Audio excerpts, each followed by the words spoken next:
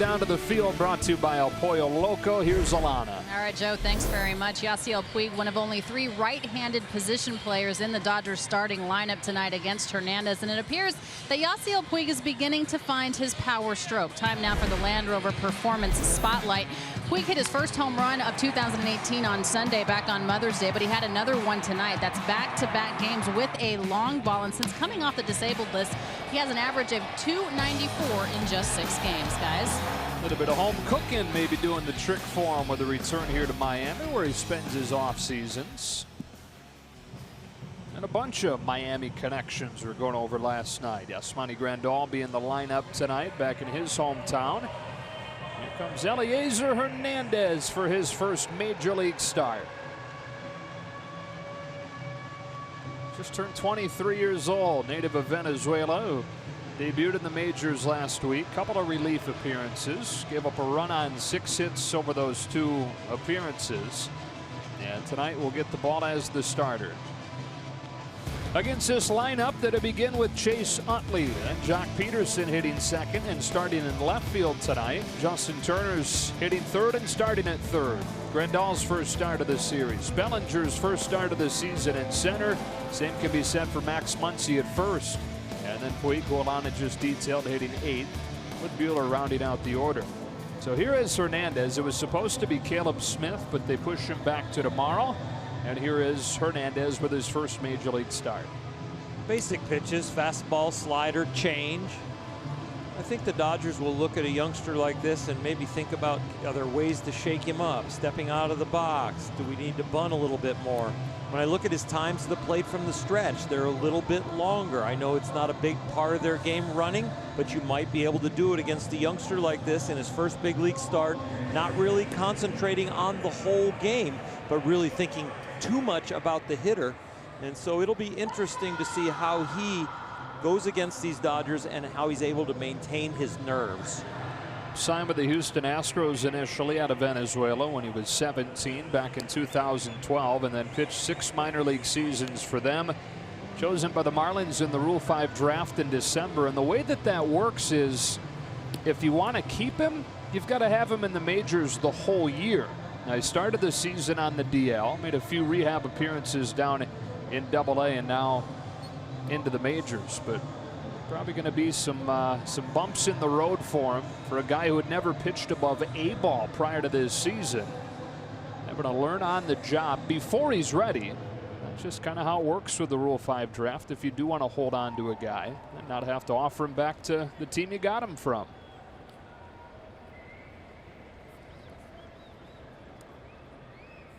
With the right-handed starter, it is Chase Utley to lead off instead of Chris Taylor.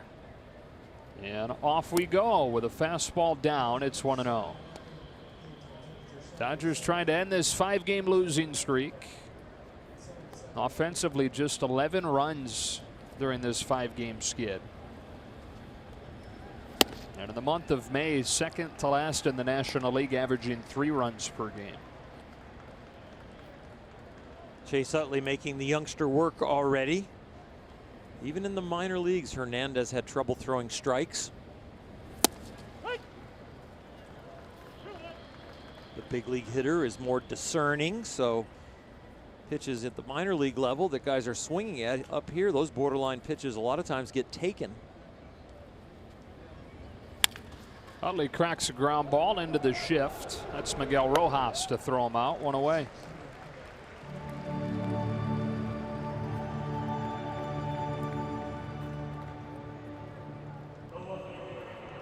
And a scoreless first inning. Up comes Jock Peterson.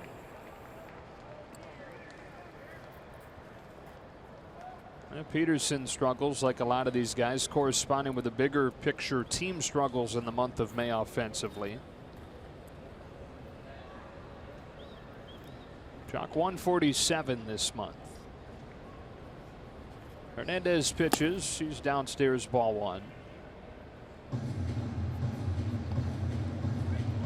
Off of the bench last night, went 0 for 2 in that 4-2 Miami win.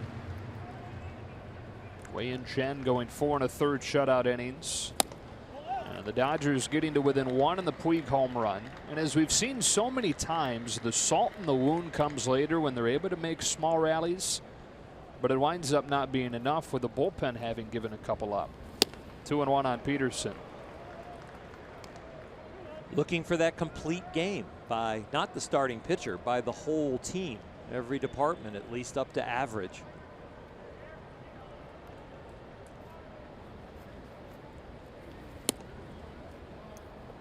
It's really starting to feel like a volcano around here, that something's about to just burst. I don't know if it's going to be anger or if it's going to be wins or production from the offense or another combined no-hitter. Something is going to change, and it's going to be in a big way.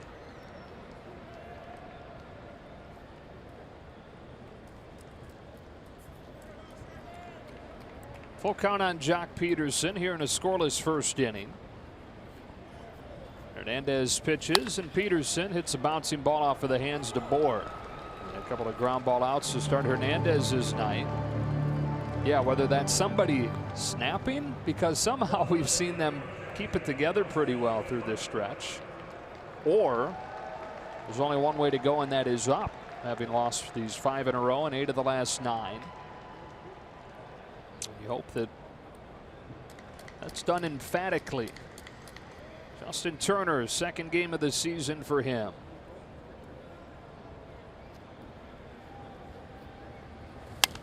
Swings at the first pitch, fouls it off. It's 0-1. You know, you got to check every box when you come back from rehab as far as the wrist was concerned with Justin, and everybody talked about, you know, okay, soft toss, hitting off a tee, hitting one-handed, all the different things, live pitching. He checked every box last night. I mean, diving, tagging, swinging, one-handed swing, fastballs in by your wrist, get it out of the way. It was like everything but sliding, and as Alana documented last night, he did that in the minor leagues and got up from it and go, oh, I'm okay. Strike on the corner, 1-2. I think he got, yeah, his fair share of pitches up and in, whether or not that was intended by the Marlins. Especially that one that hits off of the barrel, missed his hand by mere inches. There's another. And he's saying, are you kidding me? That's where they want to pitch him, and as you watch his hands come in, it's going to be solid contact if there happens to be some there, because the hands are coming down, the ball's coming in. It's not like he's turning away from that. Hangs in on this one and pulls a breaking pitch into left for a base hit. And it's something he's going to have to live with if he continues to hang out over the plate the way he does. And like Alana reported last night, there are no plans to change that approach. Well, you see the open stance, but from the open stance, it comes back to almost square. There's a lot of upper body angle there that he is hanging in there that allowed him to get that base hit. He's got a hit in both games he's played in, and it keeps his first inning going for Yasmani Grandal. 5 for 33 in the month of May for Yasmani. Still, though, that huge first month, on pace to have a good season. He put it all together. An 0-1. He cuts through at strike 2.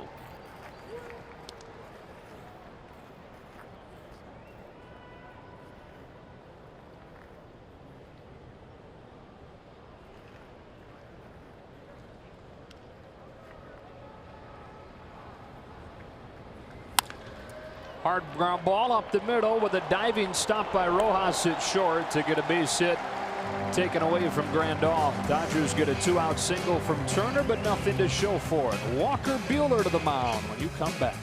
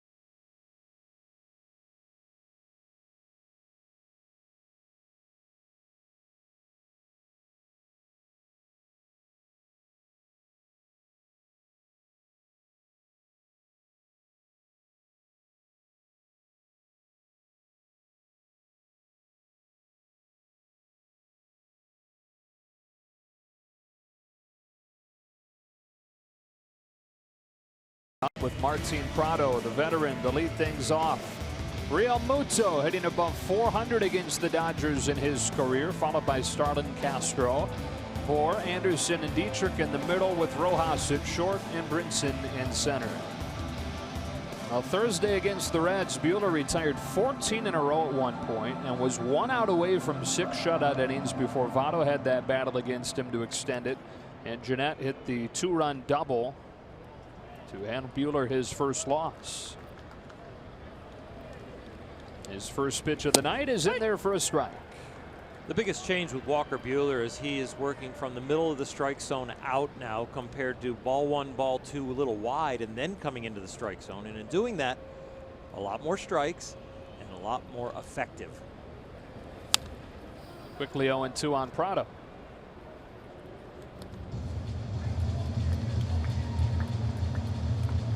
He is really showing opposing teams that I will establish my dominance in the strike zone, and then you're going to have to expand, because that's when I'm going to go to the edges.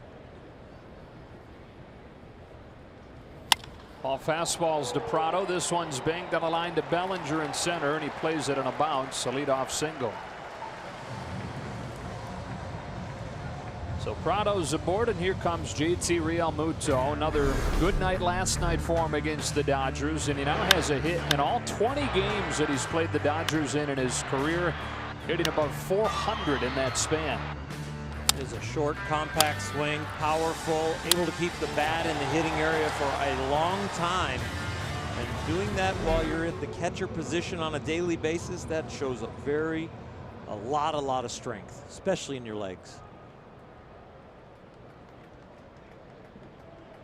Been one of the lone bright spots in this Marlins lineup this year.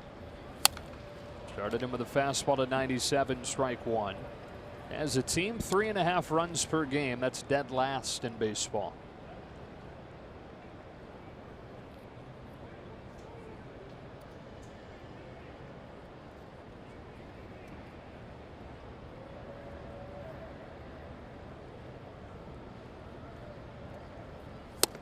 That one tails inside, 1-1. For Buehler, as you kind of talked about, tends to settle into the game as it goes on, and skewed a little bit because of his first 2 starts, but the first inning has been the one that's been the most difficult on him.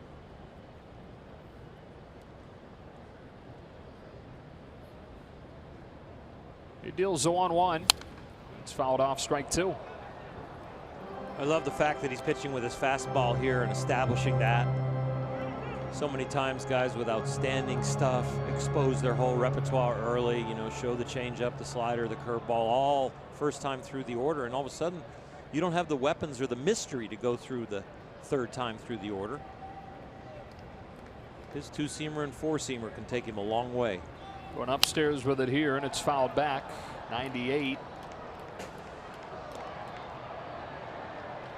The 0-2 fastball hit to Prado is definitely a mistake. Walker will tell you that.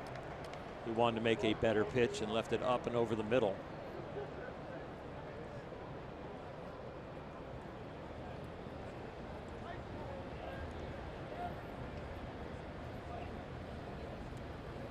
Another 1-2.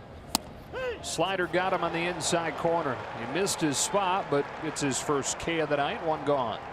Hard to pull the trigger on this one. This ball almost looks like it's going to hit you, but then, oh, it's not a fastball, it's a slider, and it does just barely catch that inside corner. Well done by Yasmani. Nice strong hands to frame that pitch. Rates is one of the best in the game at doing that, framing those pitches on the corner. He buys one for Buehler for the first out of the night, bringing up Starlin Castro. Looks at a fastball, whistling in at 97. 4-time All-Star, formerly of the Cubs and the Yankees. Now in his 9th major league season.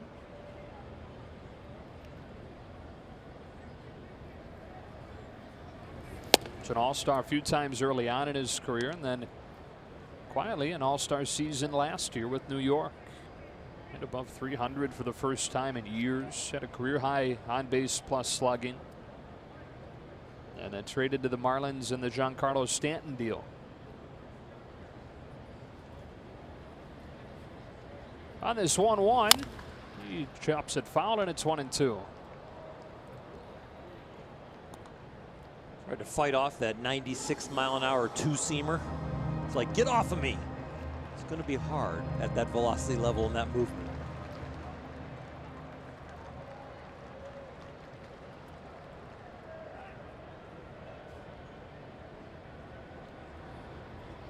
Prado at first with one out. Buehler home 1-2 with another strikeout. This one 97 on the hands. 2 gone.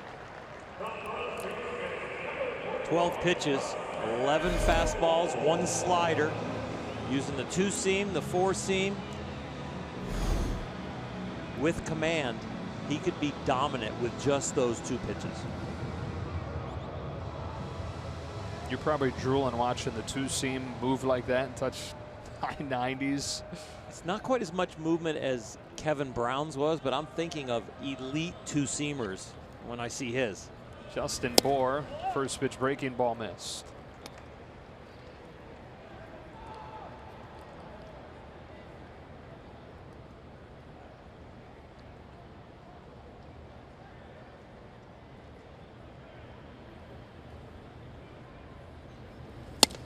That's a strike. 1-1. These are great acoustics for his fastball. They sure are. Yeah, you can really feel how that thing's exploding.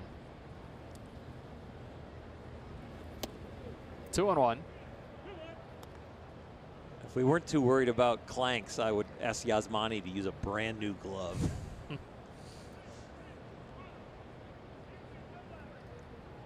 Yasmani typically has the bullpen catchers break his new gloves in. He likes to get him really broken in before he takes him into the game. A little bit inside. Count goes to 3-1 on Bour. Didn't walk anybody in his last start. First time that's been the case. 8 Ks, no walks. And that 2-1 defeat to Cincinnati on Thursday. Had his first walk here, losing Bour, and they're at first and second with 2 out. Little bit too much respect there. He reverted back to trying the edges and then having to come back into strikes. When he's been dominant, we've seen him just powder river, get ahead in the middle of the plate, and then expand. Rookie against rookie here as Brian Anderson bats. And having collected a couple of hits last night, he's reached in 11 games in a row.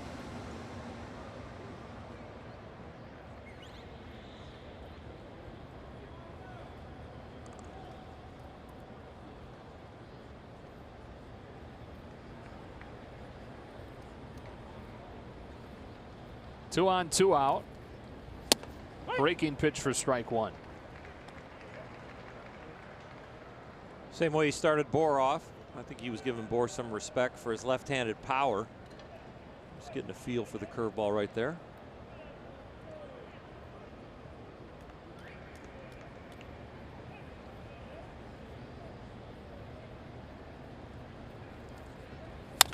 And a fastball bounced up the middle. That'll get through. Base hit. Anderson with a 2-out RBI single, and the Marlins strike against Buehler in the first. Well, you can say, oh, that was lucky, but if you really analyze it, it's an 0-2 fastball mistake to Prado and a walk to Bour that sets the table. And then the probabilities of baseball are when they put it in play, sometimes they got a chance to find a hole, even if it's hit weakly. And that's what happened to put that run up on the board. So the Marlins with the first inning run in both games in this series now. He's had a hard time finishing innings off with men in scoring position. Misses with his first one to Derek Dietrich.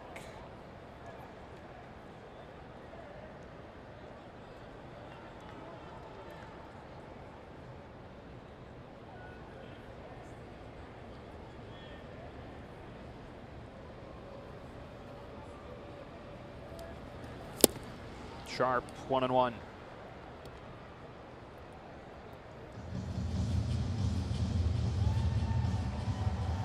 There's a slider that he worked on a lot this spring. Wanted to take some of the velocity off of it, make it a little bit bigger, a little bit less cutter-like.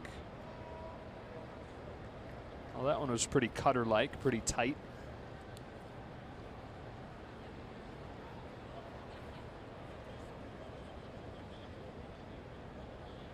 I think that pitch is still a work in progress. I think it's going to be very, very good. But of all of his pitches, that one gets hit at the highest average.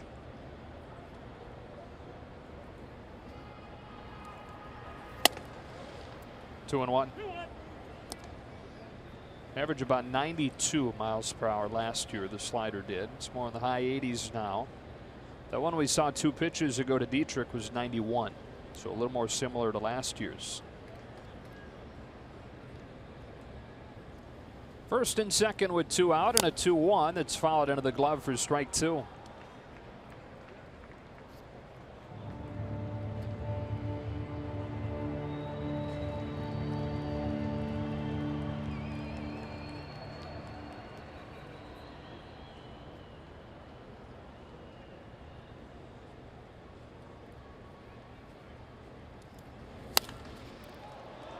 Popped way up there near that retractable roof. Chris Taylor calling off a charging Bellinger and making the catch to finish the Marlins in the first. We're through with 1 in Miami, and it's 1-0 Marlins.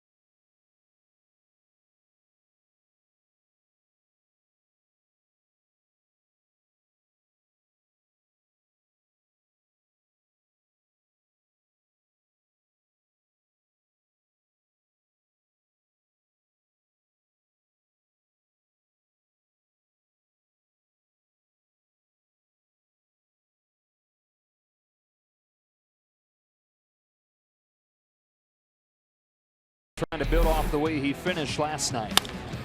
Low and away pitch, right around 83 miles an hour or so, but he turned it around and supplied the power himself. Said he can't remember the last time that he hit a ball that hard that was in that location. And really felt good towards the end of last night's game. Remember, he had said before the game that he thought he saw something watching video mechanically that he was able to take into the cage during batting practice and try out, and liked how it felt. It was cautiously optimistic. You never really know until you take it into a real game. Still looked frustrated through a couple of at-bats. Started the night 0 for 2. Flied out in his 3rd at-bat, but he said that's when he felt like it really clicked for him. And cashed in with a home run his last time up. Fouls another, and it's 1-2.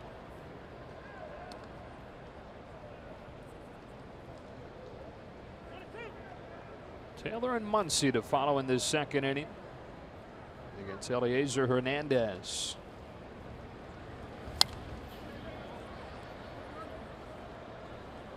Little improvement right there. That fastball location is really exactly where his hole has been, and he's been swinging and missing at that. The bat sliding underneath that pitch there, at least fouling it back.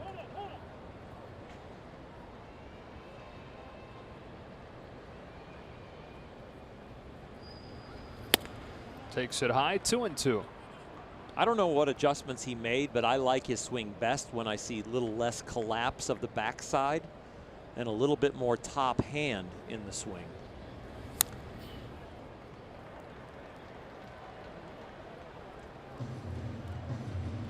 So many different things you can tell yourself as a hitter that cue you into the proper mechanics compared to thinking about the actual mechanics. Maybe it's just like, I want to stay tall on the backside, or I want to feel my top hand do this. And you look for that trigger that kind of puts a lot of pieces in order. Like a swing thought in golf. Exactly. And sometimes it's not real specific other than it's just conceptual. Full count pitch is taken low, and he's got a leadoff walk, having fouled off a few pitches that we've seen finish him off in recent days. That is part of grinding out an at bat, is spoiling those pitches that used to get you out, because that's where the pitcher is going to attack. If you spoil it, you might earn the walk like that. Brings up Chris Taylor. Back down into the 6th spot with a right-handed starter today. And he rips a base hit into center. Bellinger will hold on at second, and they're at first and second to start the inning.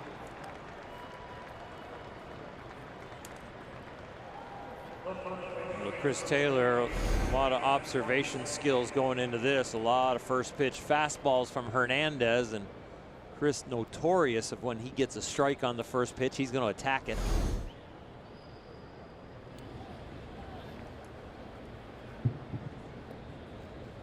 First two have reached in front of Max Muncy, who's swinging a hot bat for this team lately.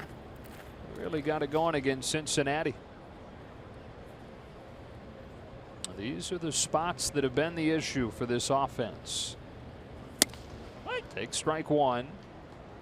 0 for 7 last night with runners in scoring position, and as you saw a moment ago, 147 in this month, which is by a pretty wide margin worst in baseball. A lot of different ways to move the runners up.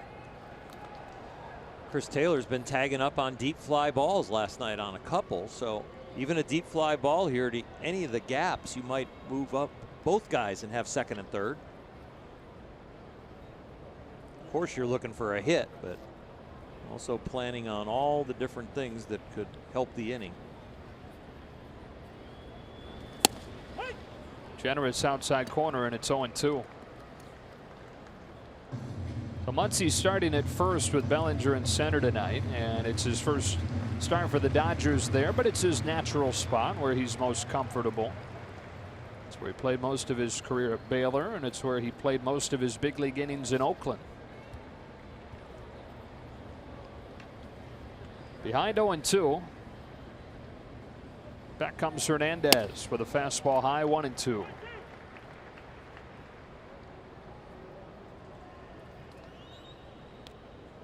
Yasiel Puig due next.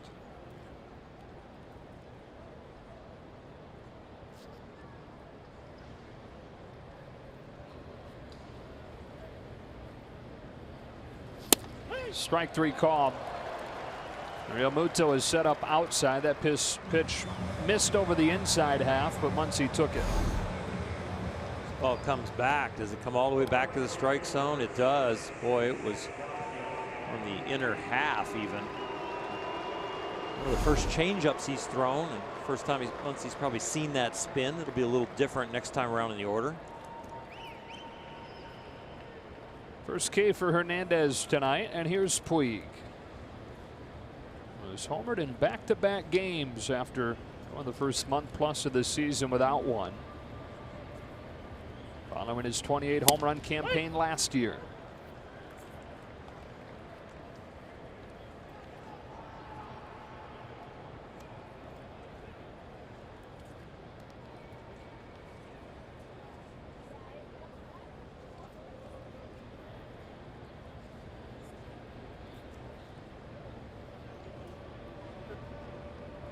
One. Puig carves it out to right field for Anderson. And 2 quick outs after the Dodgers put him at first and second.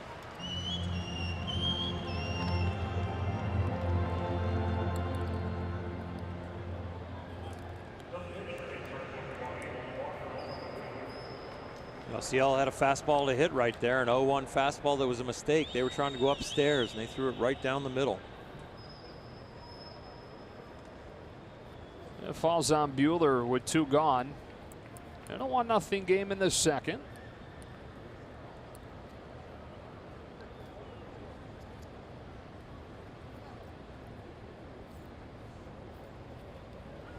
His lone hit came in that combined no-hitter, Monterrey, Mexico.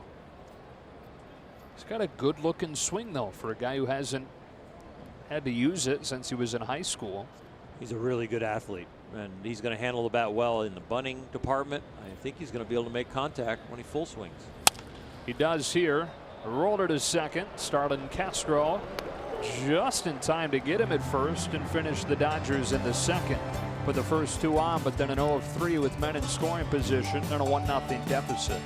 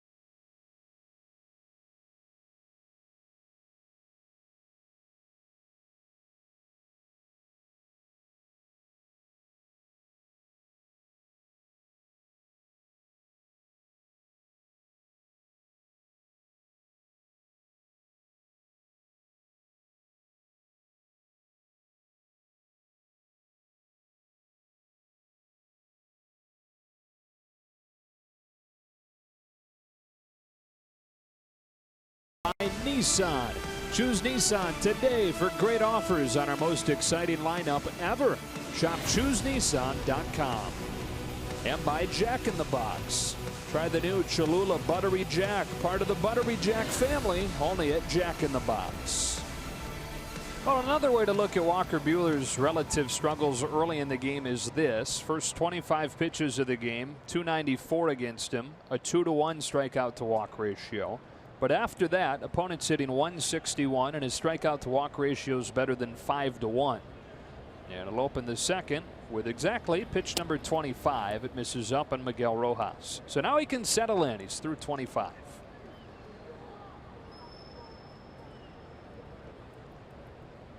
Five of those 9 home runs for Rojas coming this season. He'd never hit more than 1 in a year.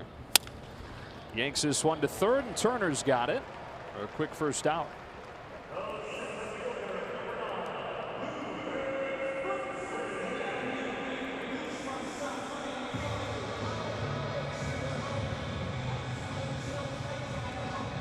Here's Lewis Brinson.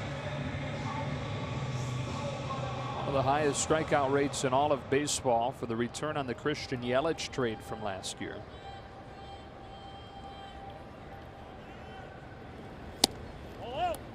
Just turned 23. And a guy from this area who grew up rooting for the Marlins, going to games, the old ballpark, and dreaming of one day playing for the Marlins. Takes a big rip and misses 1-1. When he was at grade school there, anytime that he had to draw a picture or write a paper on what he wanted to be when he grew up, he was a Marlins player. Said he always got A's on those assignments because he was so passionate about that dream. For the Yelich trade, he came over and didn't just become a Marlin, but was their #1 prospect. And then promoted to the majors to open the season. On a 2-1. Fouls it off, 2-2.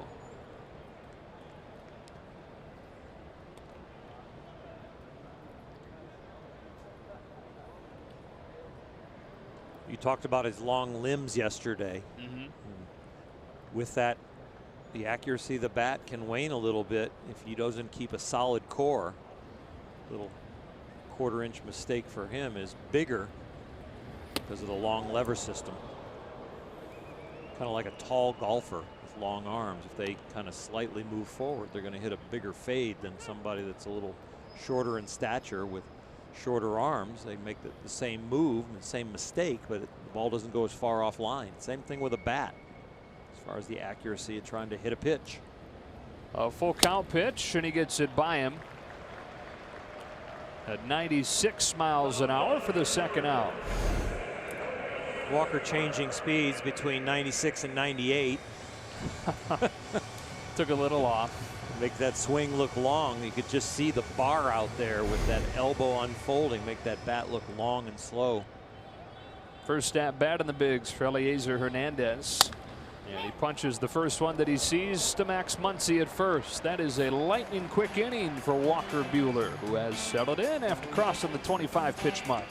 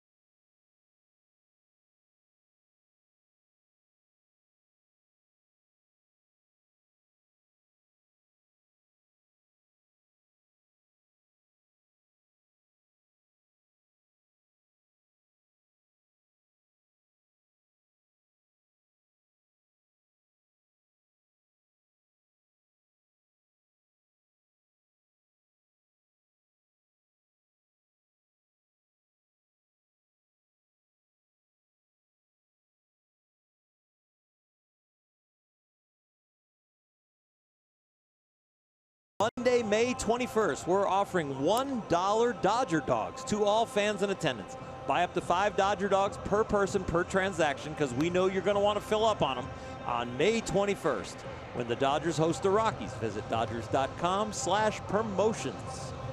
I challenge you to a Dodger dog duel. Serious? Probably not. But I don't. Oh, wow. A competition. You think you could do 5? I mean, can I dip them in water? Like, see, oh, there we go.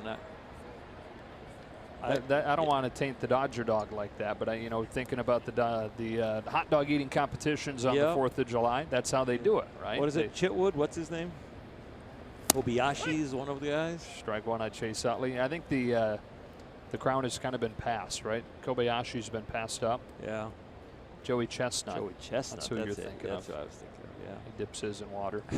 I think they all do, don't they? Yeah, you got to. Yeah, because you'd get a dry mouth, a dry throat. You can't get anything down there. You're just like, I need water. Yeah. I'm not going to go with water. I'm going to dip mine in a different beverage. It would impair your judgment as you got closer to the end of 5.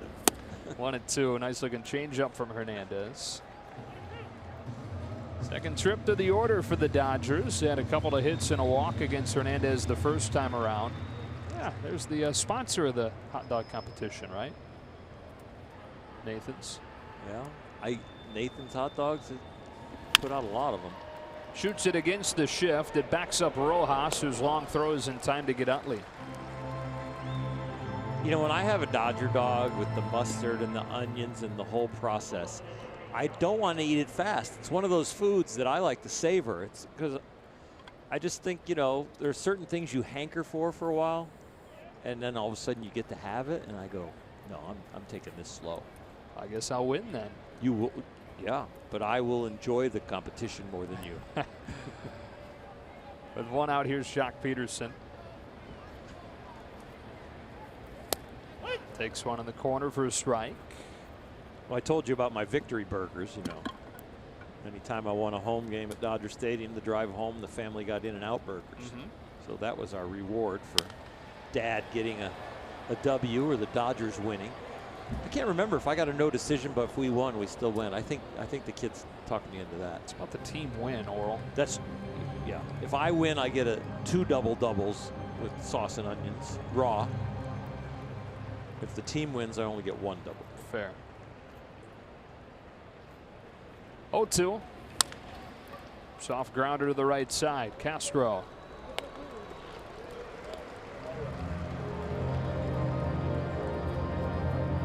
A 42 pitches for Eliezer Hernandez, who you mentioned it made just a couple of relief appearances so far, but he was being built up in the minors as a starter and had thrown as many as 89. So he has the ability to get him a few more innings than you would normally expect for a guy who's only made a relief appearance. He only has about 350 minor league innings. And, an old Dodger scout named Goldie Holt said, you're not going to understand what kind of pitcher you're going to be or what your delivery and your whole makeup of your repertoire until you get to about 700 innings. He is learning on the job. I think best comparison in recent years that the Dodgers would be familiar with is Luis Perdomo in San Diego. It's a Rule 5 guy that had to wear it in 2016. Turner reaches out and lifts this one to center field for Brinson. And what you always worry about, though, is them losing confidence, right? Being damaged long term if things go as poorly as they could. To the bottom of the third, it's 1-0 Miami.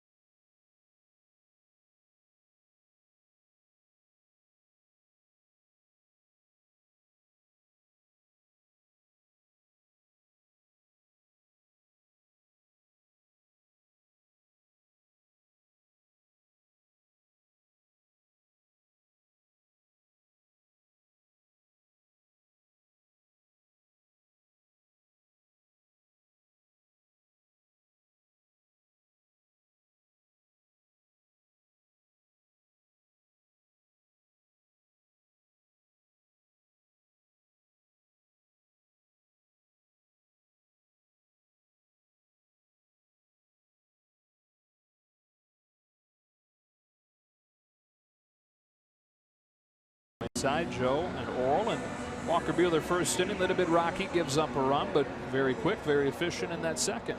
Well, the difference in the game right now is a 0-2 fastball to Prado and a walk and then a seeing eye ground ball. Dodgers have gotten a few mistakes from Hernandez, just haven't capitalized on them. Top of the order, Martin Prado. Started the game with a base hit, came in to score Miami's run. Same way that he began last night with a base hit against Alex Wood. He scored on a first inning error. On the ground is short for Chris Taylor, who boots it. And an error opens the third inning.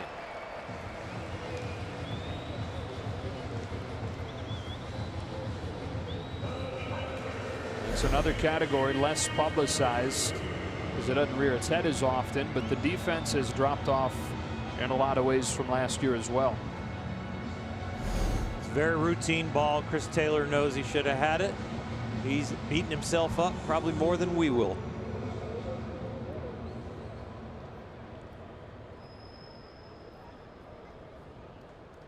Realmuto now.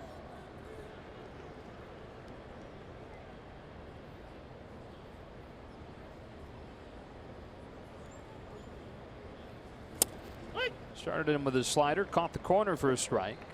83 miles an hour on that slider. How about that? That's 10 miles per hour slower than it averaged last year. So I'm not sure that was a slider or if it was a shorter, tighter curveball because of that huge drop in velocity. But I sure liked that pitch. Yeah, there was the slider, and I think the one prior was a curveball, but I sure liked that pitch, the first one. I don't mind the 91 either, but this is the slider for sure. And that's acting a little bit more like a cutter at 91. And so if that was a curve in the low 80s, he's changing shapes with that. There it is. That's curve, 2-1. Yeah, I like that pitch. I don't care what it ends up looking like, but whatever the thought process is behind it, the grip and the effort. That's a drastic change in speed from 97, 98 down to 83, 81. Fastball buries in on him, 2-2. Let's see. I've got something that goes 91 that goes right to left. I got something that goes 81, 83 that goes right to left but goes down a little bit. And then, oh, here's 97 on your hands. Deal with it. I wish I could throw that stuff. Wow. Chopper to third. Turner's got to wait on it, and so his only play is across the diamond. I mean, you could throw it. It just didn't go 97 like his. I didn't have his slider. I didn't have. I had a curveball. I meant the two-seam. Oh, the two-seam. I had more movement, and mine went down. His can go down. I think when he gets the right hand position, hand discipline. The tools he's working with are just. It's like computer pitcher. Did you see ridiculous? Pedro Martinez's tweet after his last start? He said that he is way ahead of where I was at his age. Yeah, I could see that. Runner in scoring position for Castro. The Marlins in front 1-0 here in the third.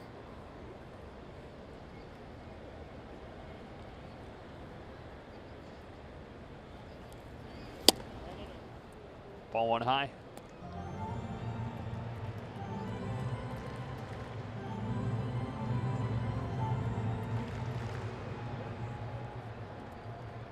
Buehler, not the biggest guy, not the strongest guy, but uses that frame to create such lively pitches. Fastball to 96, fouled back. He's always been one of the smaller kids, really at every age. It wasn't like the other kids caught up to him. He's kind of progressed with everybody. He's always been on the smaller side. Even when he got to college at Vanderbilt, he was barely 150 pounds.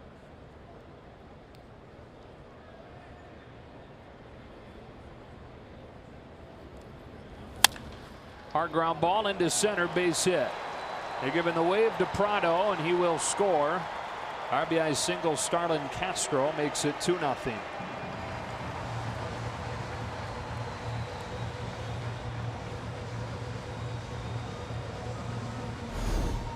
Couple of ground balls up the middle. Mistakes by Buehler in the first that allowed the weak ground ball to score a run, and now a mistake by Chris Taylor allows this run to come around.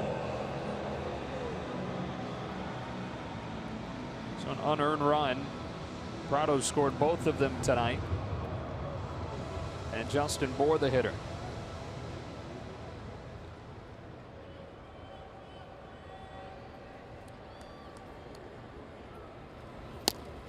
Looks like cross Grandal up 1-0. It's odd. That one might have hurt Yasmani. That looked like it caught him right on the thumb.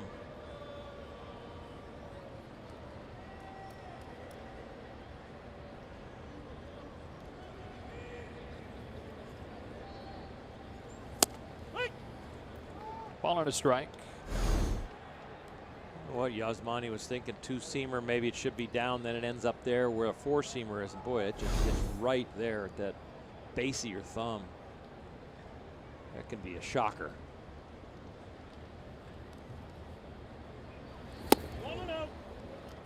Walk Bour his first time, and he's fallen behind him 2-1 here. Two-seamer low and away, let him roll over it, hit you a double play ball.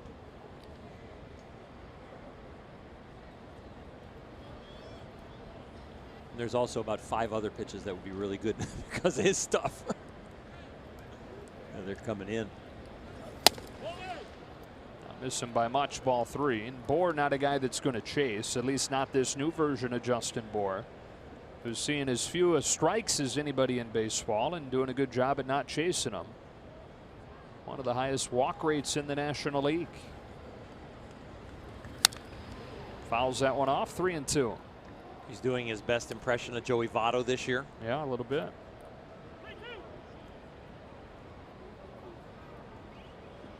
Being pitched entirely differently than he was when he was in the same lineup with Stanton, Ozuna, Yelich.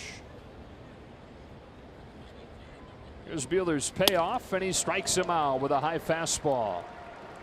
So Bour reverting back to previous year's versions and chasing that one up and away for the second out. You could say Bour got himself out, but you got to add into that equation in this Carl's Cam replay of this fastball that he's going upstairs with. Walker doesn't want the ball there. Bour doesn't want to swing at that, but it happens for both of them because of the great velocity.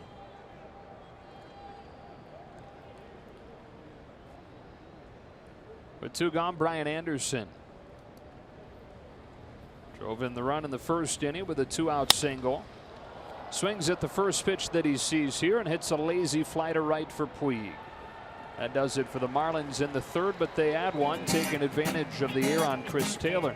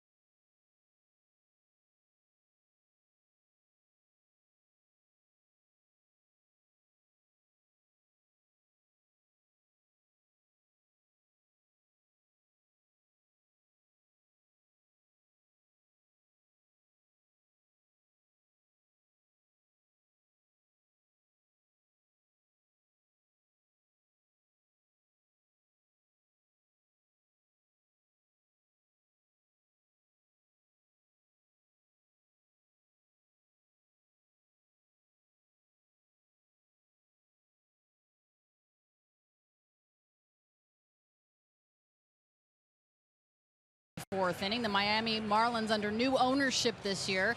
One of the big guns in the front office is Derek Jeter, who had quite the praise regarding one of the Dodgers' first basemen and tonight center fielder. It makes me feel old. Yeah, of course. I just spoke to Cody here, so yeah, I remember him coming around the clubhouse when I was playing with his dad. So it's great to see the success that he's had. You know, ever since he's in the Little League World Series, we were watching him. So time flies. I guess that's a good way of saying I'm getting old. Yasmani Grandal leads off this inning, takes ball one, and of course Cody's father Clay was Yankees teammates on a couple of World Championship teams with Derek Jeter. And Cody was a young kid, 4 and 5 years old, running around that Yankees clubhouse. Derek Jeter was his favorite, as with many kids. Fouled off 1-2. I asked Cody, were you one of the kids that was obsessed with Derek? You have posters of him on your wall. I said it was a little different because I knew him, right? You have the personal relationships with all these guys. Tino Martinez was another one who Cody really liked. Bernie Williams. And he said it was just a clubhouse full of really great guys that treated him like a prince. That's not real life, man. What a baseball upbringing he had. Full count on Grandal. Hey, Cody, so who was your babysitter? Yeah. Well, my dad would leave me with Derek Jeter sometimes in the cage.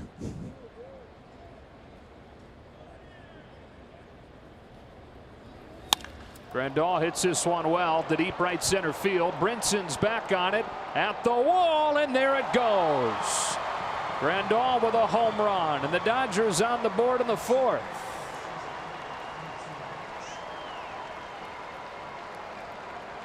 Number 7 of the year for Yasmani to lead the club.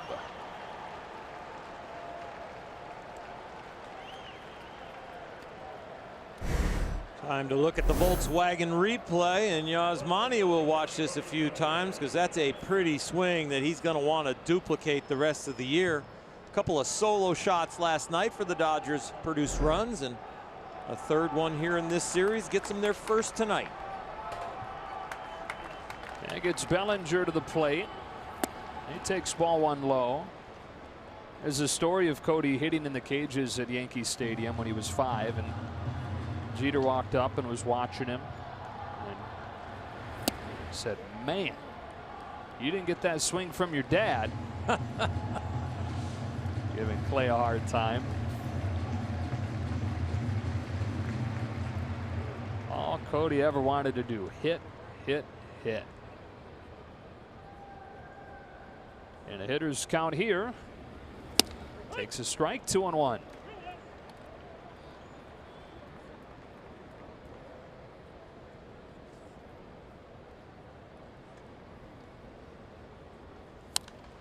The Little League World Series team that Derek Jeter mentioned, that was one that was coached by Clay. Cody was a second baseman at that time. Hit a home run at Williamsport, and you were the broadcaster, right? Yep. Make you feel old? Just like Derek, but I'm older than him. Gets in the hands of Bellinger, little flare. And Castro's going to settle under for the first out.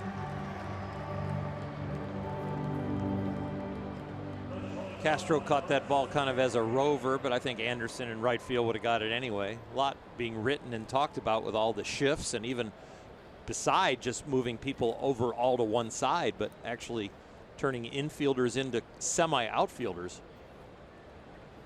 One gone for Chris Taylor. Jason Stark in The Athletic wrote an article, probably one that you're referencing within the last week, about ways to get more balls in play. One of the ideas that he brings up, and he did this in talking with a bunch of different people, former players, former executives, members of the rules committee. But one of the ideas is to limit the shift. Taylor swings and misses 1-1. Hitters are trying to beat the shift by hitting it over the shift. Pitchers are countering by pitching up. And that combination leads to a lot of strikeouts. So what if baseball just said you can't do it? I don't know. I mean, it seems like over-regulating to me.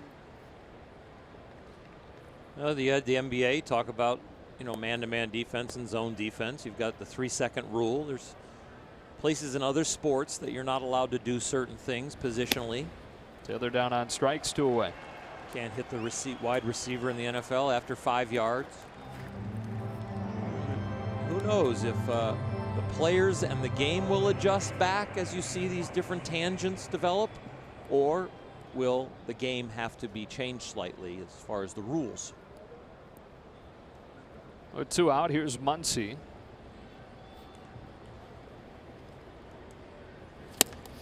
Healthy rip and a miss, strike 1. Yeah, it's kind of a question of, do you play baseball God by forcing the game to adjust, or do you hope that the natural progression kind of normalizes it, as the natural progression brought us to this? Well, in some ways, I think that players, hopefully this will happen, but I hope they develop a beat the shift swing. And I think with the modern swing and philosophy of launch angle, I don't think you could just have a philosophy of I want to go the other way with that swing. I don't think it's going to work. And I think you actually are going to physically have to have a different swing to hit the hard ground ball to the opposite field.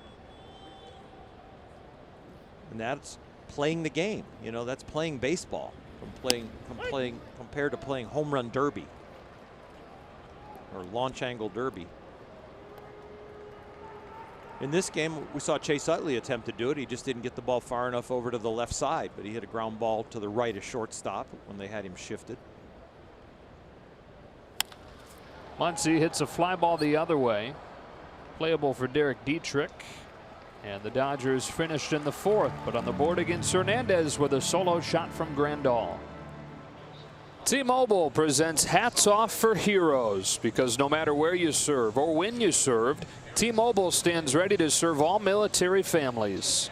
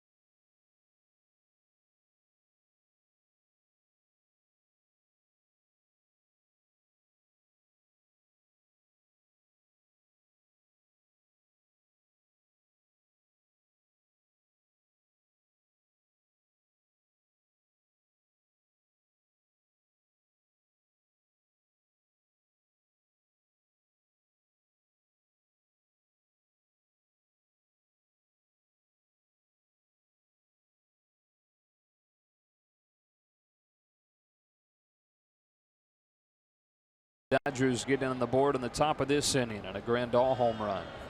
Walker Buehler to Derek Dietrich with strike 1. Ball 1. A little bit low. The 23-year-old from Lexington, Kentucky. It's a swing and a miss there, 1-1. We're talking about how, Buehler's never been one of the bigger kids, one of the bigger players at whatever level he's at. He admitted that he thinks there's maybe a bit of a Napoleon syndrome that's developed because of that. It's a great article on The Athletic from Pedro Mora. It's a little bit up, 2-1. He said, I don't know if I'm ever going to be the most humble guy, but that's my way of trying to bring energy and trying to compete. That edge that he pitches with. Even that he's able to be comfortable enough as a rookie to carry with him. That's a strike, 2-2. I love that about him. I love the fact that you're not going to have to convince him that he's going to be good, especially when he brings the tools that he brings, like this little slider right there on the corner. I think that little bit of arrogance and confidence will take him closer to greatness, at least increase the probabilities that he's got a chance to be really, really good.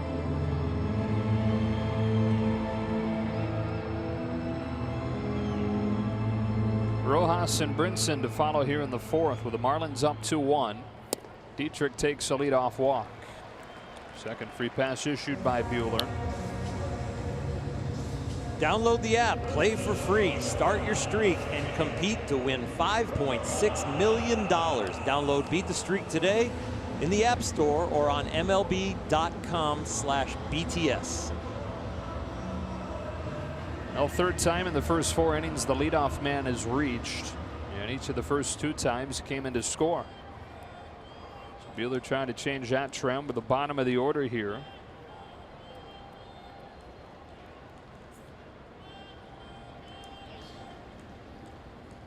Out of the stretch to Miguel Rojas.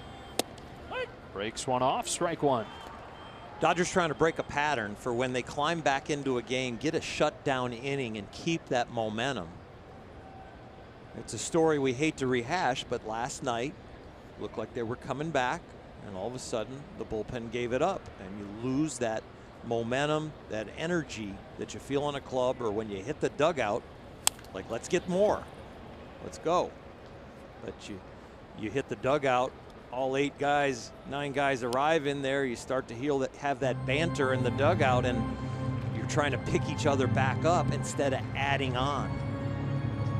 And especially right now when you're in a poor mental state, relatively speaking, having dropped 8 of the last 9 and 5 in a row, a 1-run deficit feels like enough to overcome. Even when you give up 1 additional run, it feels like a mountain. Defensive swing stays alive. You know, last night, like you mentioned, they've gotten the home run from Puig to make it 2-1. They give up 2 runs in the bottom of the 7th to fall down 4-1. And then Bellinger hits his home run in the 9th that would have tied it. It's an equation that doesn't work. Hey guys, just relax. Come on, have fun. Well, at this point, there's no fun without results. It's a beautiful game, but they need some results. That one clipped him.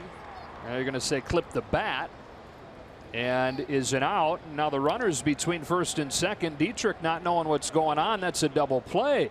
Rojas is thinking that he was hit by that pitch on the forearm. Well, home plate umpire Greg Gibson saying that it hit part of the bat and then was caught on the foul tip, which would have made it strike 3. Gibson raised his arm like that was an out. He didn't raise both arms like take your base, dead ball. So you got the signal from the home plate umpire of a right arm strike call, not a double arm dead ball call.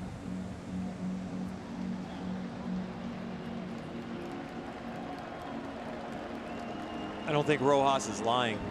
Yeah. And he is being awarded first base. And the umpires getting together and changing that call, and Greg Gibson describing it to Dave Roberts. Listen closely, you might be able to hear it in here. Hear just about everything. The knob of the bat I'm watching right now, ball does not change spin or flight, and now you see it glance off of his wrist area there, forearm.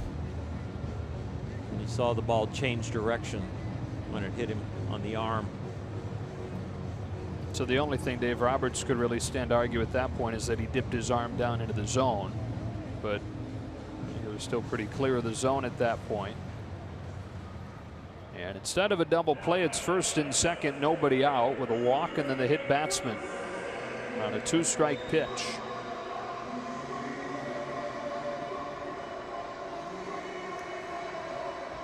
And here's Lewis Brinson.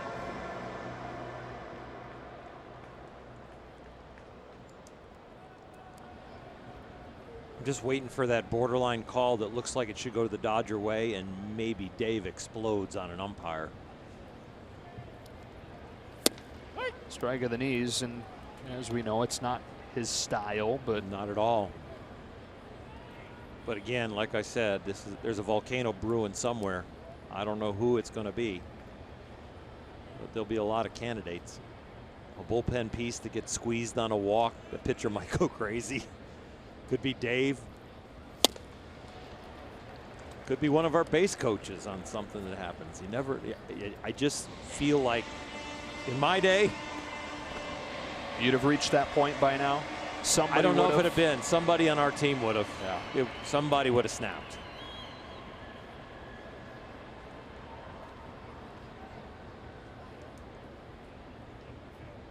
Buehler lets the 0-2 fly and gets him swinging with a breaking pitch.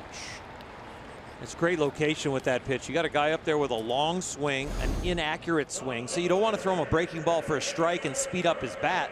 So if you do throw the breaking ball to speed up his bat, make sure it's in a place where you can't reach it. Second time he's gotten Brinson swinging tonight, his 5th K total. You know, and the slide for the Dodgers really began against Miami. They'd won the opener of that series to move a game above 500. But have dropped 15 of 20 beginning with game 2 against Miami back at Dodger Stadium. April 24th. Here's Hernandez showing bunt. And it's foul. You know, as we prep for the games, we say, okay, break it down from here, break it down from here. Give us a, you know, how long has it been since they've really hit well with runners in scoring position? It seems to go back to that precise game.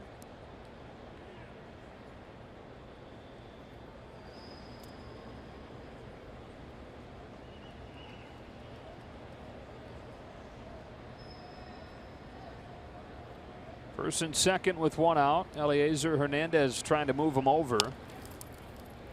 And what is only his 2nd career major league plate appearance. Falls behind 0-2 and he'll have one more shot at it. Yasmani let that ball roll foul and then quickly grabbed it. If it was going to stay fair, he would have picked it up really quick and tried to get a double play. Tag the pitcher, throw to third, comes a tag play. Just didn't have the opportunity with that ball just staying foul.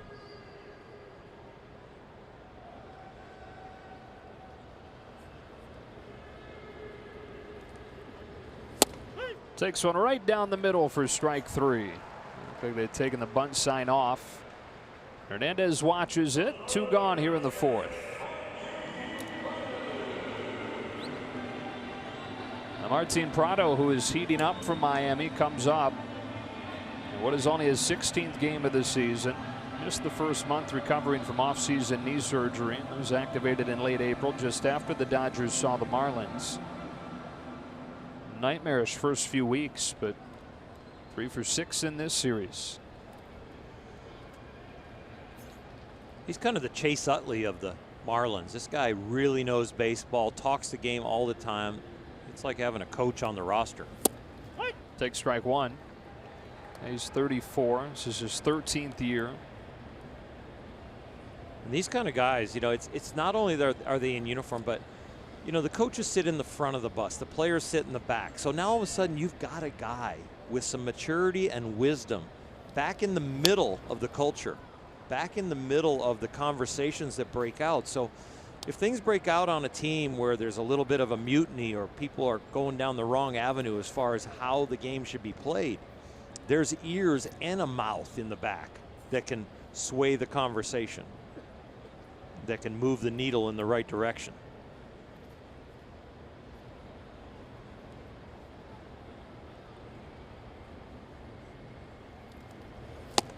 Buehler strikes him out with that slider to the inside corner. Prado was bailing out of there thinking it was headed for his hip, but it breaks back over the inside corner and Buehler puts up a 0 in the 4th.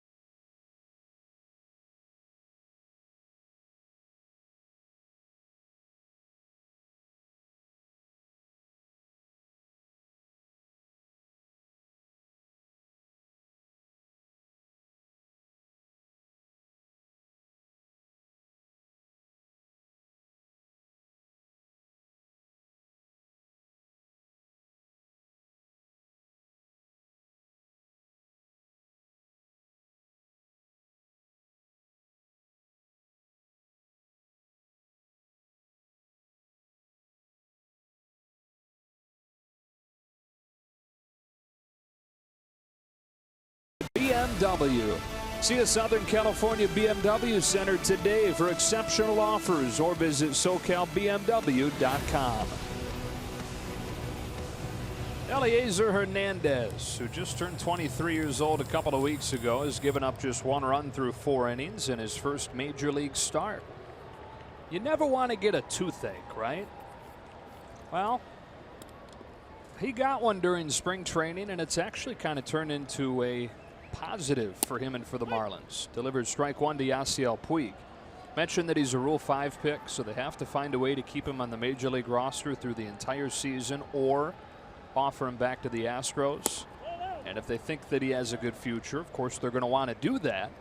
They were really impressed by him during spring training through a few appearances and said, yes, this is a guy we need to find a way to get through the season on the big league roster.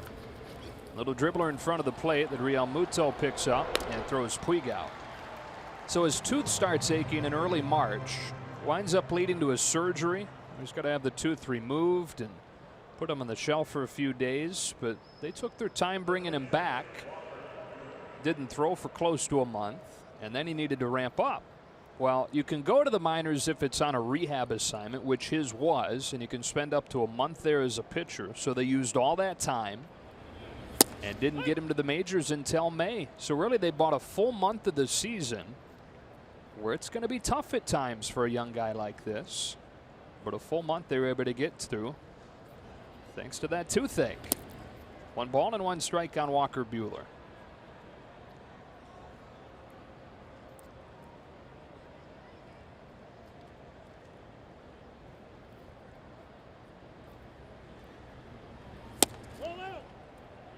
Two and 1. When they decided to Rule 5 him, they must have saw something more than velocity. There must have been something about the guts, the character of the individual, because 90 miles an hour is below big league average fastball. And I've seen an outstanding changeup. I haven't seen a really electric breaking ball, but and then I go, okay, he must be really accurate, must be a strike thrower. And if you look at his minor league resume, you see a lot of walks. So it's very interesting to me that of all the guys they decided to Rule 5 and hang on to on the major league roster and kind of really play with a 24-man roster sometimes, that they chose a right-hander with a 90-mile-an-hour fastball. Yeah, it'd be one thing if it was from the left side. Buehler hits this one to deep center field, but it will be playable for Brinson and the second out. And he also looks like a guy that he stopped growing. He's not going to get stronger. I could see, you know, you get this 6'6" lefty that throws 93, and he's going to get stronger. He's going to fill out. The command's going to come. But they must know something, or think they know something, and they're projecting it that he's going to be a really accurate thrower with good movement and have average big league velocity. He's kicking a Dodger offense while it's down and making a pretty good case for it tonight. Haven't allowed 1 run on 3 hits over 4+. Third time through now. Chase Utley swings at the first pitch and flies it to left field for Derek Dietrich. Dodgers down in order in the 5th. We're halfway home in a 2-1 game.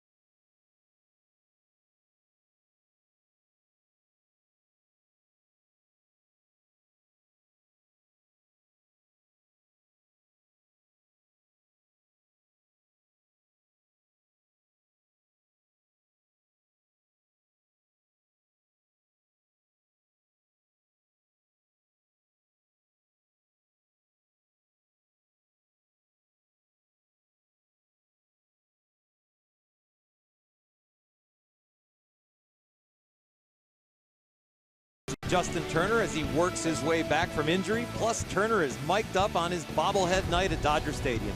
Don't miss Backstage Dodgers, presented by Cadillac, Friday after the postgame show on Sportsnet LA. Got a hit in both games he's played in this season. Single last night, single tonight. Dodgers down 2-1 to the bottom of the fifth as Walker Buehler stands back out there. 2, 3, and 4 coming up. JT Realmuto takes strike one.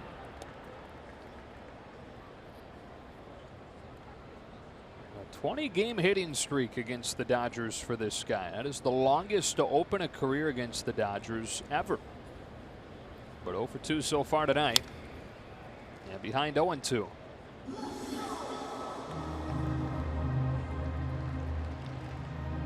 Buehler at 71 pitches. He can be efficient here in the fifth inning. Perhaps a sixth is in store for him.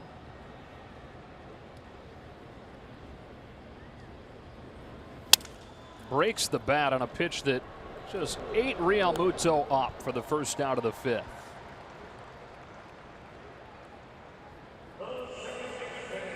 Wow. This is ridiculous. Oh my. Kind of broke like a high split finger.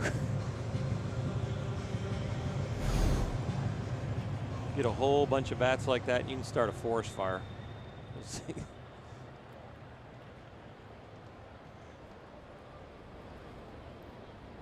Starlin Castro takes a strike. With you and your natural disasters tonight, we got volcanoes and forest fires. Locusts. Yeah, I'd stay away from those. Castro on a line to center. Bellinger slides and knocks it down, but it is a base hit for Castro. Well played by Cody. Gave himself an opportunity to possibly catch it, and then made sure he kept it in front of him. The route's a little bit of an angle right there, because it looks like at the beginning there that this ball might go over his head, so he had to kind of give a little ground, and then as he continued to read it, came in and blocked it. Closer you get to that ball, even if it takes a bad hop, you're cutting down the angle. It's a strike on Justin Bour. Cody said he really enjoys playing center field, and in a lot of ways and in some ballparks it's the most fun position for him to play defensively, and this ballpark would qualify as one of those. There's a lot of room to roam.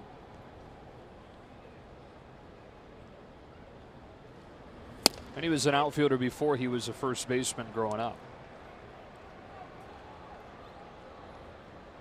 Started 3 games in center last season. This is his first one there this year.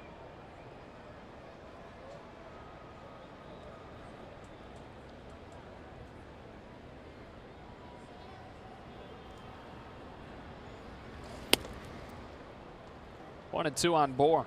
With everything you've talked about with his Yankee history with his dad and Derek Jeter and all the guys, he probably was coached by Bernie Williams out there in center. Yeah.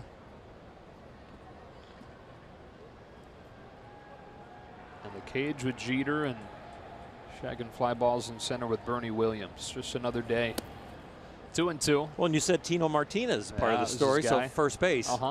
He got it all covered.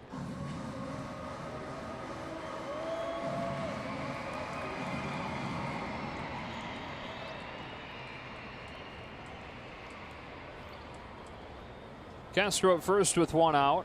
Buehler checks on him. Pretty close play over there.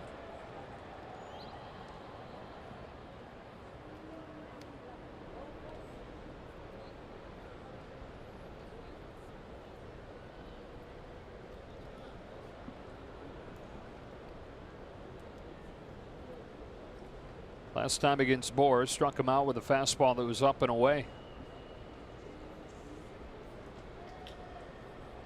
See what he goes 2 on 2-2. Looks like coming inside and missing down and in. Full count.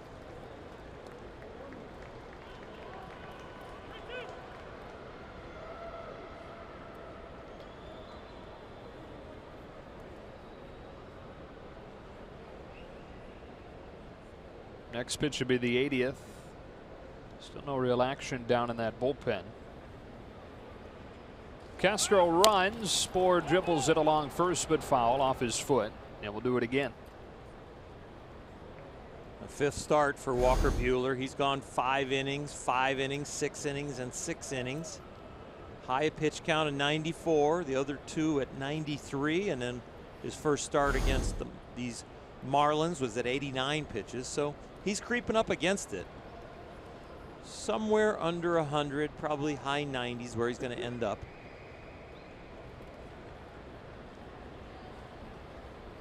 Castro runs again. Bour sends one down the line, deep towards the corner. Peterson turns and watches it go. Opposite field, 2-run shot for Justin Bour, and Miami leads 4-1.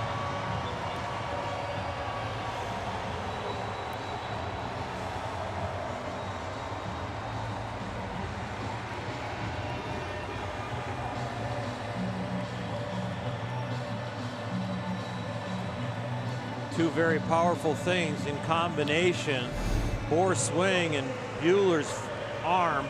He just kind of flicks at that one, and it's right down the line with backspin. Just clearing the wall. Crazy strong. First home run that Buehler's allowed this season. Brian Anderson takes a strike.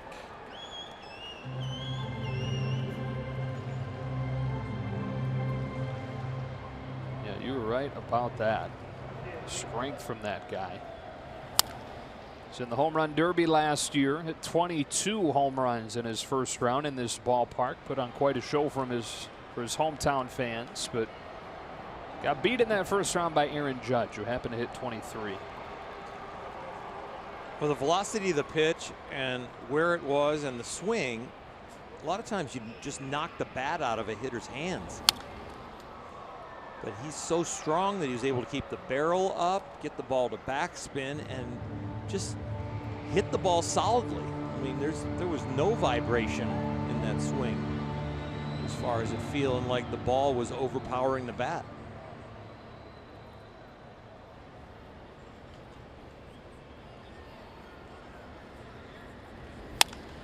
Gets in on Anderson, who fights it off to right. Puig comes on and has to play it on a hop, and Anderson has his second hit.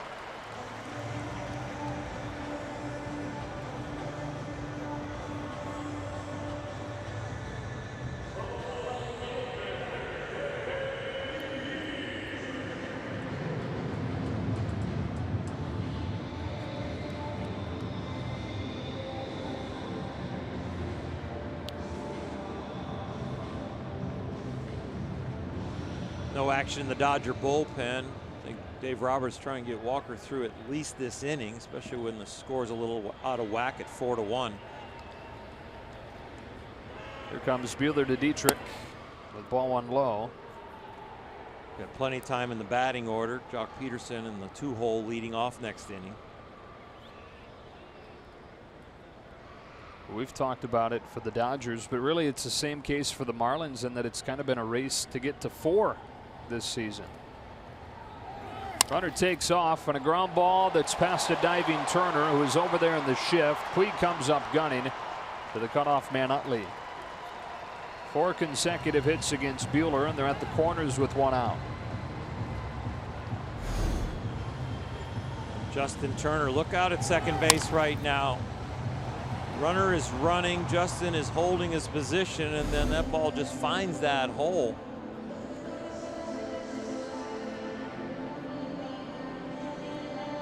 Honeycutt to the bullpen phone as Yasmani Grandal goes out for a visit. And here is what we're talking about. The Dodgers, when they fail to score 4 runs this year, are 3-16, and it's almost a perfectly similar story for the Marlins. Won last night 4-2 and lead right here 4-1.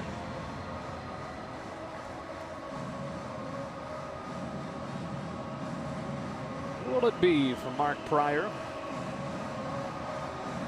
It's like Pedro Baez.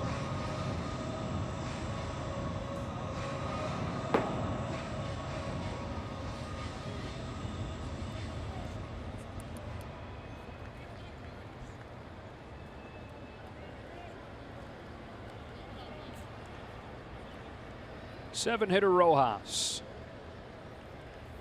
takes one in the dirt.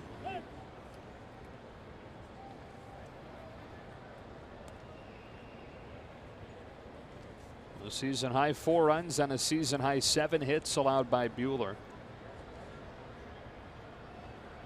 including these 4 in a row in the 5th.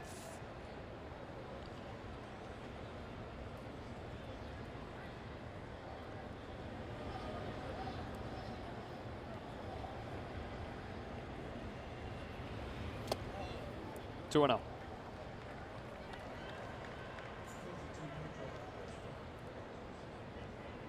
Walker has thrown the ball a lot better than the scoreboard indicates. 2 seeing eye ground balls with an unearned run. Got the first 2 runs.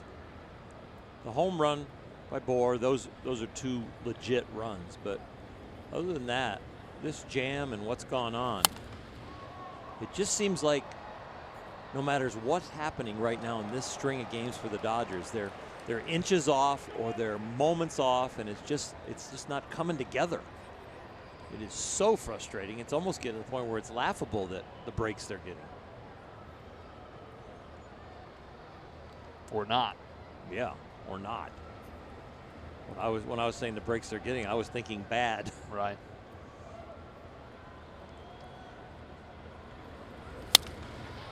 Fly ball to center field. Bellinger sizes this one up. Anderson tagging at third, heading for the plate. Bellinger's throw way off line, and it's 5-1. Second time in as many nights Rojas has been able to execute with a man at third. Brings home another. Got 3 in the bank in the 5th.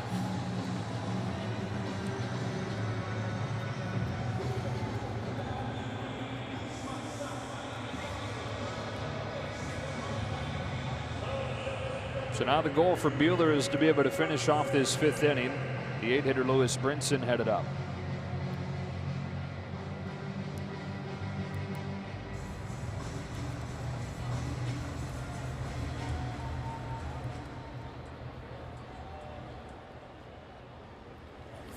There's 2 Ks for Brinson tonight, 2 of the 7 for Buehler.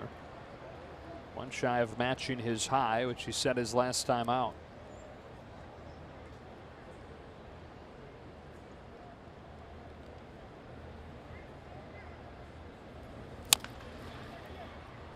Oh, and 2.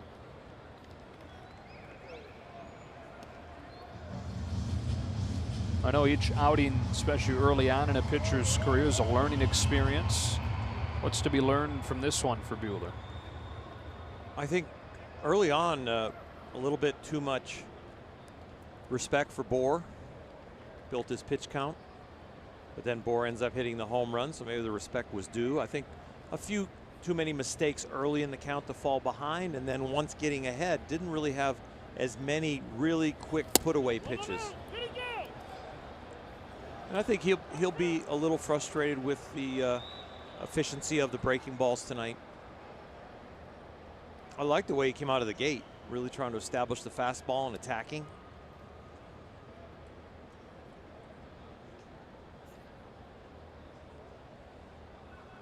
You don't look at this outing and go, oh my gosh, you need to really think about this issue. It's really more about little rough edges that he'll want to clean up.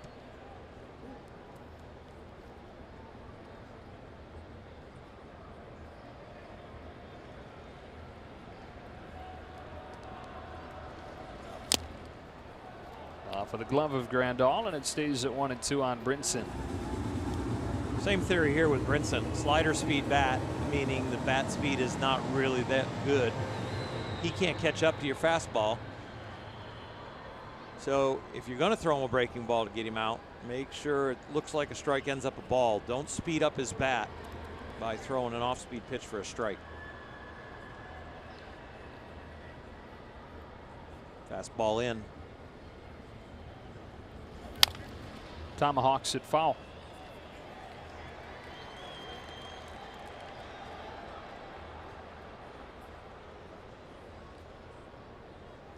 One more between these teams tomorrow, then 3 for the Dodgers in DC over the weekend. That'll leave Buehler's next start against the team that he made his debut against last September, the Rockies. Dodgers finally seeing the Rockies after playing the D-backs 12 times.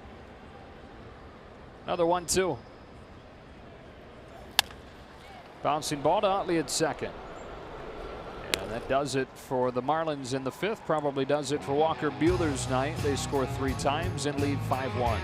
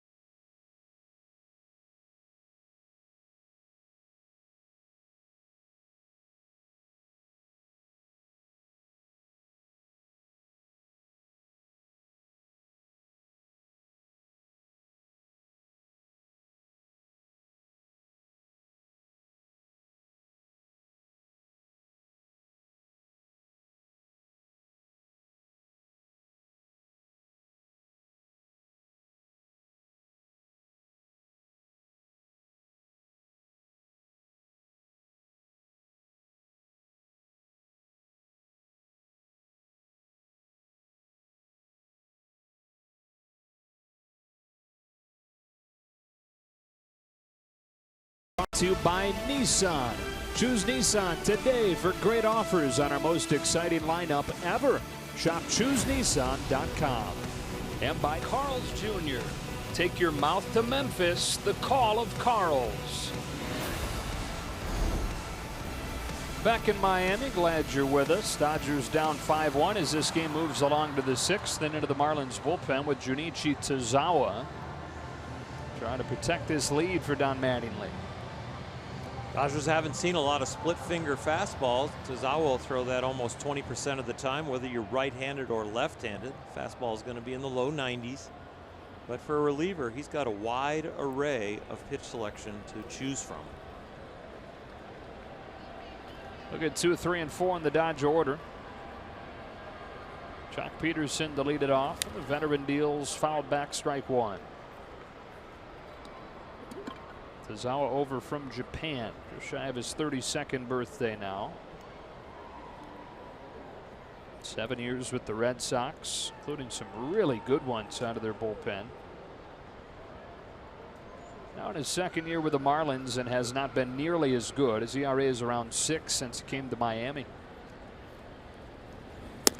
Tails run in for a strike. It's 0-2 on Peterson.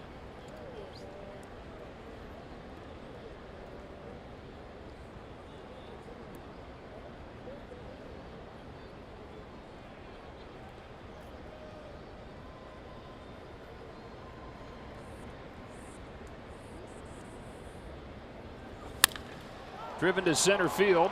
Brinson on the move to the warning track. He turns and watches it bang off the wall. Peterson opens the 6th with a double.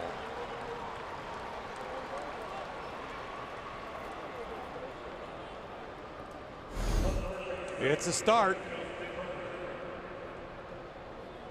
Jock does a nice job hitting that ball where it's pitched, not pulling off of it and driving to that left center gap.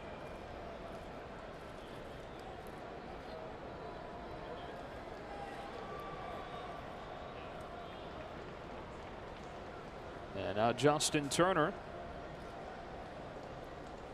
As the Dodgers try to get on to Tazawa, what is collectively the worst bullpen in the National League.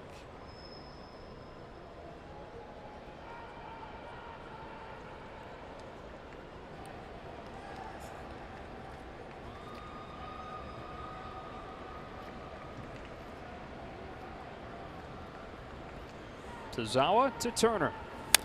He swings away at the first pitch and sends a fly ball the other way. It's caught by Anderson. Winds up and guns one to third, but wide of the bag, and Peterson advances. And a 5-1 game in the sixth. Up comes Yasmani Grandal, and our top tier play of the game is his home run, accounting for the lone Dodger run in this game. It's a beautiful swing, and that's the way Yasmani has been swinging the bat most of this year. But it came with nobody on base. Dodgers haven't hit a home run with a man on since May 1st. That is the highest percentage of home runs that are solo shots of any team in baseball. And when you're thinking really big, they only have one 3-run homer and one grand slam. Runner at third, one out. And the dirt ball one. Marlins playing the infield back, way back on the right side. Trading out for a run.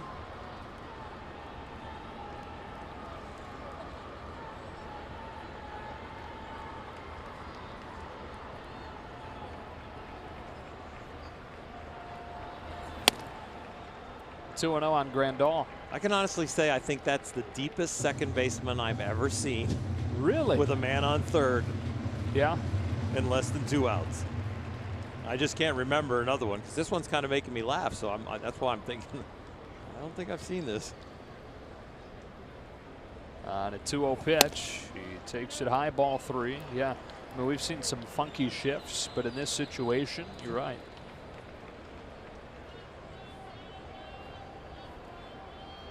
I guess if you're going to concede the run, you're going to concede the run. Put him wherever you think you maximize your chances to get the guy out. On the corner, strike one. We were talking about limiting the shift, and that being a potential step. It's been floated out there by some. Be a couple ways to do that. One of them would be you have to have 2 infielders to each side of second base. Another one would be determining how deep you could have an infielder play. Grandal yanks a base hit right through that defensive positioning to bring home Jock Peterson. Distributing both Dodger runs tonight. It's 5-2. Well, the home run was on a lower pitch. And Yasmani at times gets attacked in the upper part of the strike zone, but he does a nice job right here getting on top of this ball. Actually put some topspin on this, got it down and drove this ball to right center.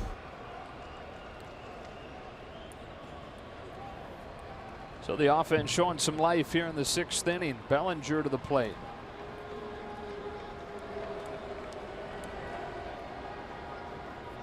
Suzawa is not fooling anybody. Even Justin Turner's carved fly ball to right field. Justin was trying to get the runner over. Didn't make a full swing at that one, just made sure he got it to right field.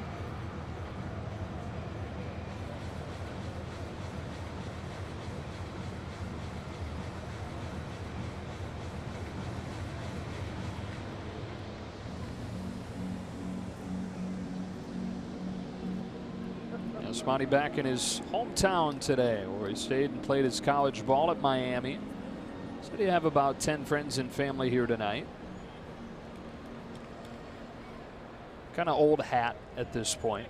If you were going to pick a position on the Dodger team that has the most production, you might pick catcher. Austin Barnes' batting average is not up too high, but his on-base percentage is over 400. Is this a good luck move from Kenley Jansen? Oh wow, putting some water on Possum's head. Activating the gel. Bellinger hits a bullet down the line. That's a fair ball. Anderson grabs it in the corner. Bellinger's headed for second. He's in there safely. Second double of the inning. Second and third with 1 out.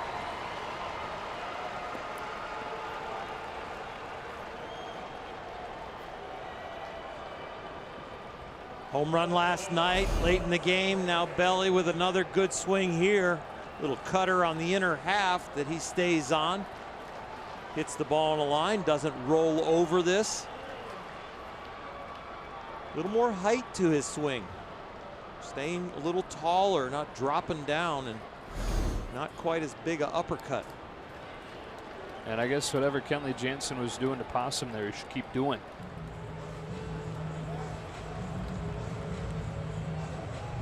Tom Mattingly's going to make a change. Rough go of it for Tazawa here. Gives up one. The runners at second and third, his responsibility as well. JB Shuck will enter the game in a double switch. And back into that Marlins bullpen with the Dodgers threatening here in the 6th inning.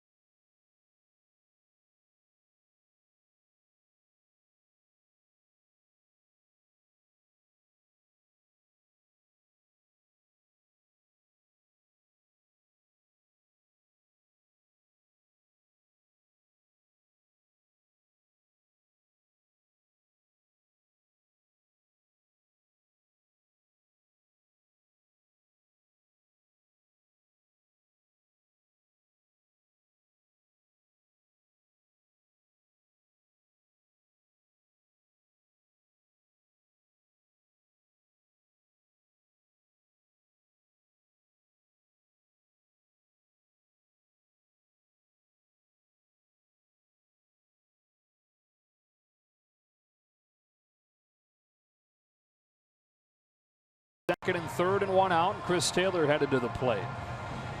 His last outing was a rough one. He only went a third of an inning, 36 pitches. He's had 3 days rest to think about that one, but comes into this jam right here, and the Dodgers looking to capitalize and really get back in this game. Grandal at third and Bellinger at second.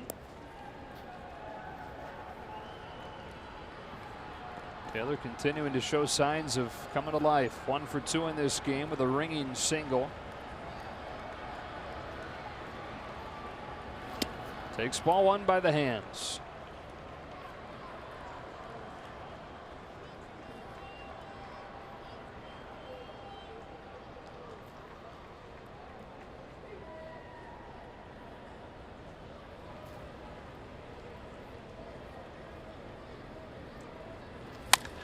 Opposite field base hit for Taylor. Grandal's in. Bellinger held at third. Taylor reading the throw and taking second. And putting the tying run in scoring position.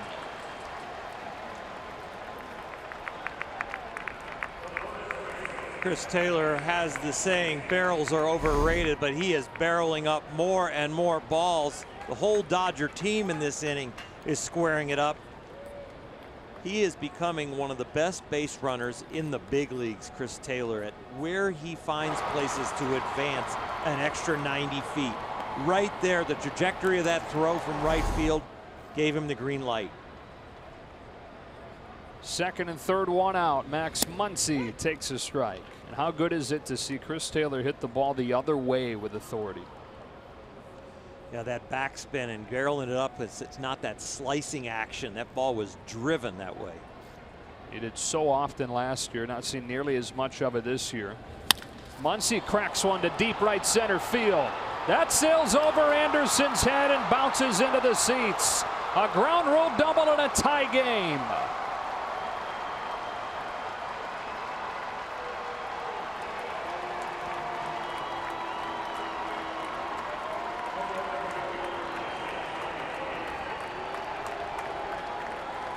A 4-run explosion for the Dodgers in this 6th to tie it. Lineup adjustment to get Muncy in there. Utley at second, Muncy at first. Bellinger goes to center field to get this bat in the lineup. A nice move by Dave Roberts. Walker Buehler had a hook in his mouth. Now they're trying to actually give him a possible W and put the hook in a Marlin. Nice.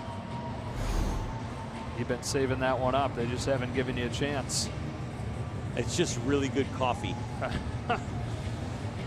So that's 4 consecutive hits for the Dodgers. Single double from Grandal, Bellinger, Taylor, and Muncy. And still not done yet. Now looking for the lead with Muncy at second and Puig coming up.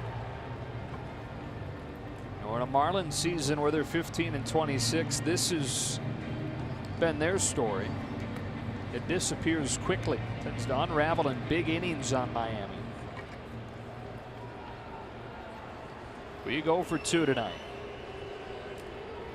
Steckenrider deals and Puig cuts and misses. This inning's got me sitting up in my chair. I'm like, got some adrenaline. Let's go.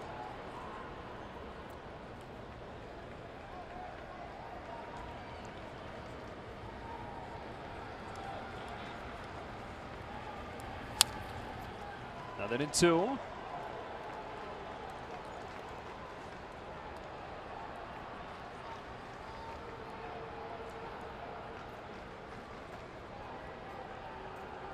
Kemp in the on deck circle.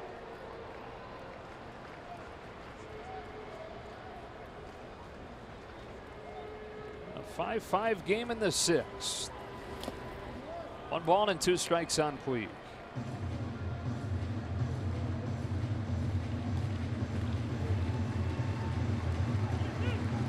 First Ozawa, then Steckenrider. The Dodgers all allowed contact against those two.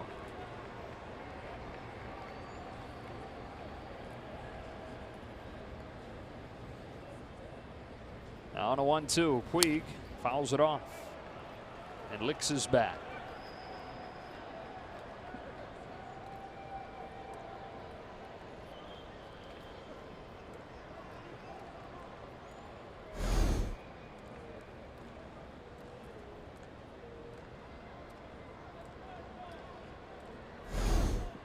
What do you say? Looks like a chocolate bat. Dark brown. Down swinging, 2 out.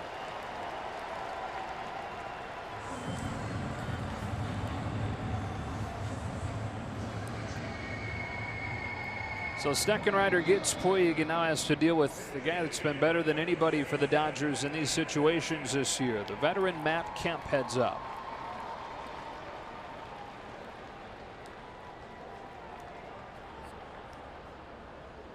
A little more juice when you get up there and pinch hit in a situation where all of a sudden your team has come back down by 4 and now it's tied.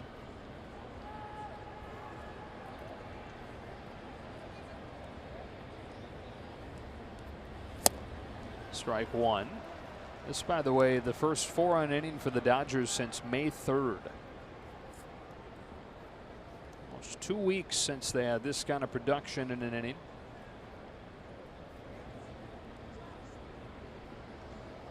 And now looking for the lead. Muncy at second, 2 out. Steckenrider to Kemp with an 0-1. Strike 2.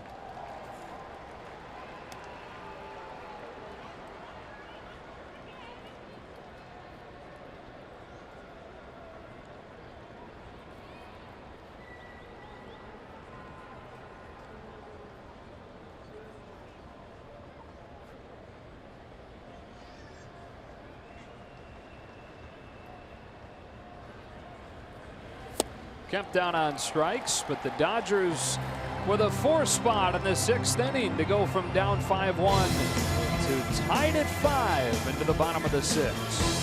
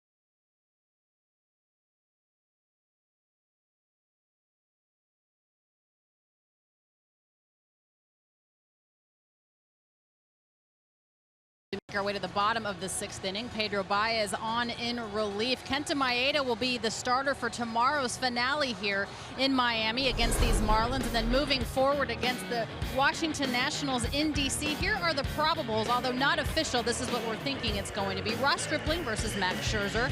Rich Hill will be ready to go on Saturday. He's going to go up against Tanner Roark. And then Alex Wood in the series finale on Sunday against Steven Strasburg, guys. And as you mentioned, Pedro Baez on to try and keep this a tie game. And it's just been this kind of year for the Dodgers where they were supposed to miss Max Scherzer, but his start today rained out. And so he gets pushed back to the opener against the Dodgers on Friday. With the lack of production against guys that have a ERA 5 or over. That's true. Bring on the aces. That is true. Sometimes it can elevate you, right?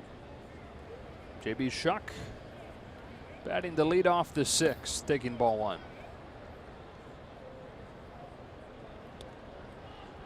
And as we've talked about a couple times, bad weather expected on Friday and Saturday, both in D.C. Nationals are going to enter that series with the Dodgers, having played a total of 6 innings this week.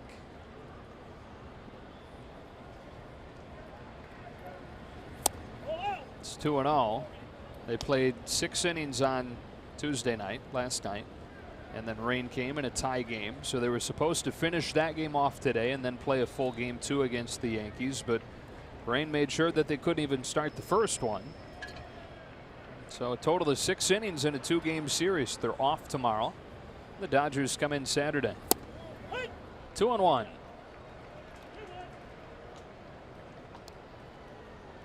We've talked about shutdown innings, and usually it's after the Dodgers are crawling back into a game and not yet tied or even ahead. Well, here's a huge shutdown inning for Pedro Baez. Shuck fouls it off, 2-2. J.B. Shuck in his first season in a Marlins uniform. His first game as a Marlin, he had 4 hits. Since then, hitting around 150.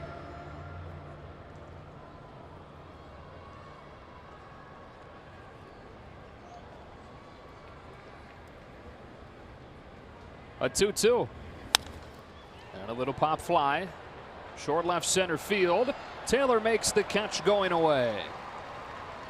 Shuck the first out of the 6. Add to your bobblehead collection on Tuesday, May 22nd, when the Dodgers host the Rockies at 7:10. Be one of the first 40,000 fans in attendance and receive a Corey Seager bobblehead commemorating his back-to-back Silver Slugger awards, courtesy of Coffee Bean and Tea Leaf. Visit Dodgers.com/promotions. It's a great Gagne bobblehead there. The bobblehead museum. Top of the order, Martin Prado.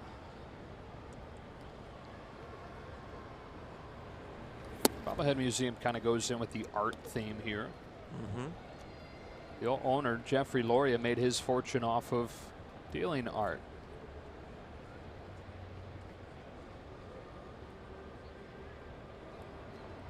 It is not Derek Jeter's style, reportedly. 2 balls, no strikes, falling behind both hitters that he's faced 2-0. And word is Jeter wants to remove the home run sculpture. Now the problem is that sculpture is filled with plumbing and electrical lines, and not as easy as it might seem to move it. And plus you got to deal with the whole fact that the artist doesn't want it to move. He built it for that spot. A lot of hoops to jump through. Does he really have a say now? The artist? Yeah. Yeah, there's something complicated politically with it where if he's not happy with it, it loses its value. It's a strike 2-1. So if it was to get moved downtown like some people have proposed, I think if he disavowed it, is that the word I'm looking for? Maybe. Then it loses its value and it's just a big thing. Yeah, that's what it is right now. Yeah, but it's worth $2.5 million right now. It's backing out of play. 2-2 on Prado. So we got a rebuild on the field and a deconstruction in left center. Yeah. They've kind of met halfway with it so far. They don't actually use it how it's intended. It's supposed to shoot water into the air, and then the Marlin makes a little trip from one side of it to the other when they homer. They no longer do that. It is a stationary home run sculpture. After the win last night, they turned it on. Did they? Okay. So it's not a primetime player now. It's just a post-game player. Prado pops it to right field. Out goes Utley. On comes Puig. And he's got it for out number 2. Now, apparently there have been a few times this season where on Marlins home runs it has still gone off, even though they don't want it going off, which leads you to believe is it possessed? That's what you got to wonder. Is it possessed, or are there several people that have been fired? Heads are going to roll. That's what I'm saying.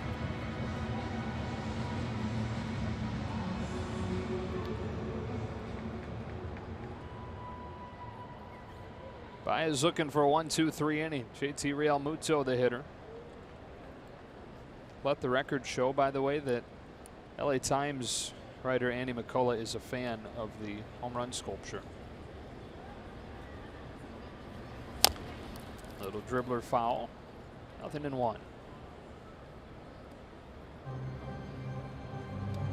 In some ways, the more we talk about it and others talk about it, we make it infamous and probably are going to increase the value of it. Yeah. Art. I think you could do a children's book around that as the theme. Put it on the cover and story about all the animals and what they observed while they watched baseball.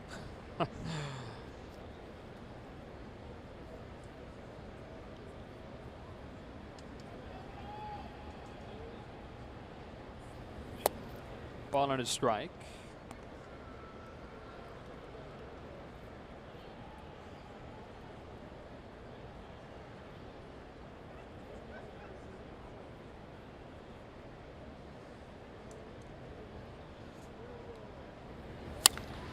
Ripped foul, 1-2.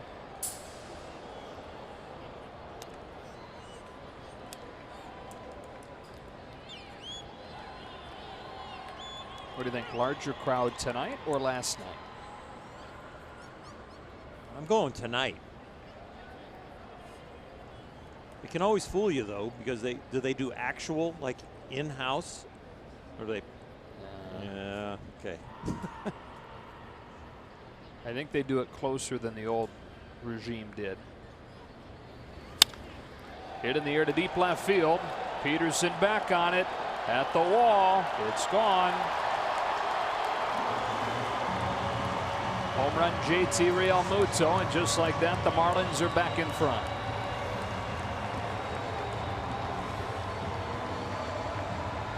And it's accidentally going off.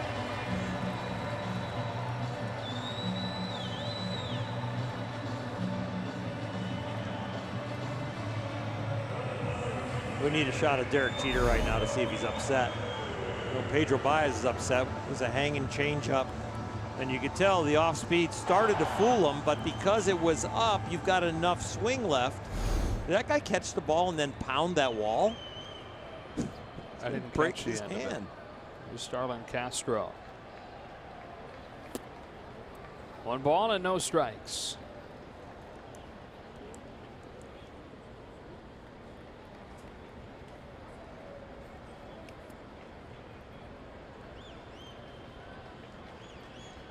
The Dodger bullpen against Miami has now allowed 12 runs in 14 innings. Strike 1-1.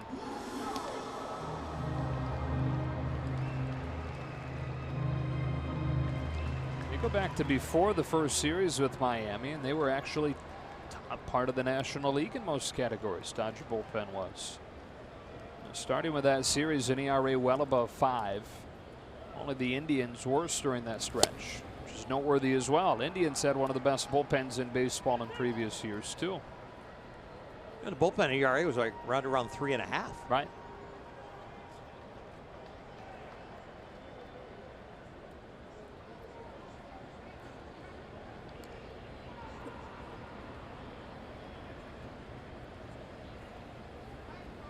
One, two to Castro. Down the right field line. Puig with a head of steam to the corner. It's a fair ball that rattles around and over the fence for a double.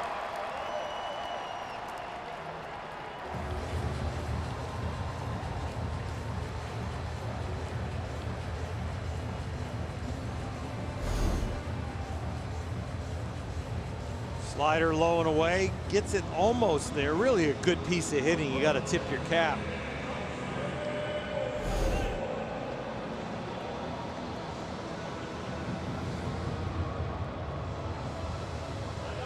Going to put Bour on intentionally and bring up Brian Anderson.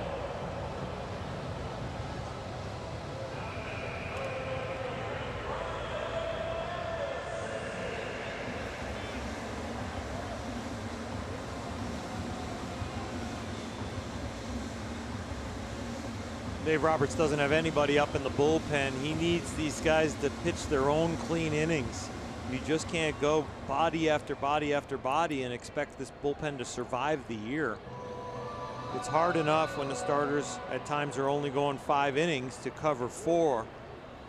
The workload increases and a lot of times the quality goes down. Strike one.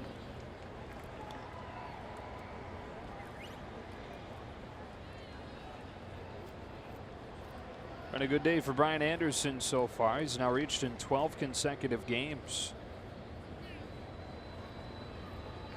2 on, 2 out, 6th inning.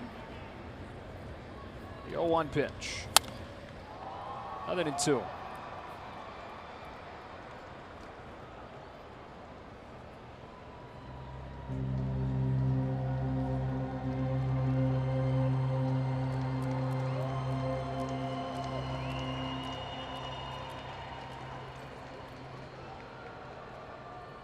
Early start tomorrow. A 12:10 here, 8:10 back home. I believe the conversion is 3 hours. Yeah, it is. But 9:10. I haven't been out of that time zone in a while. So I gotta get used to that calculation. It's foul again. Yep, 9:10 first pitch Los That's Angeles time. Pregame show at 8:30 is what I'm 8:30. sure you're thinking of. Yep. Thank you. I was actually thinking about what time do I need to set my alarm. Be an early one. Mm-hmm. We having our traditional breakfast? Yep. Good.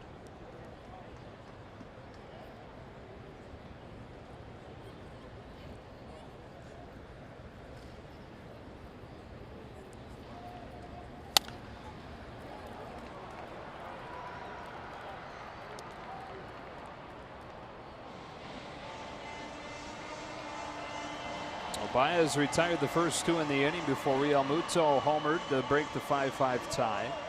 Double for Castro. Bour put on intentionally. And an 0-2 count on Brian Anderson.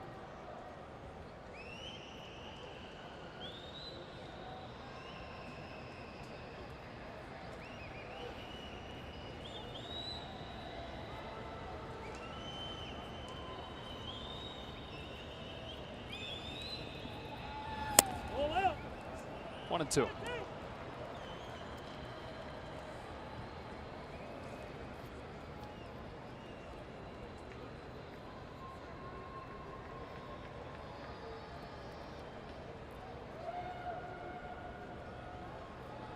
Josh Fields getting loose. Dave Roberts would much prefer to bring him in with a clean inning. A 1-2 pitch and a strikeout in the corner. But the Marlins quickly take the lead right back on a Realmuto home run.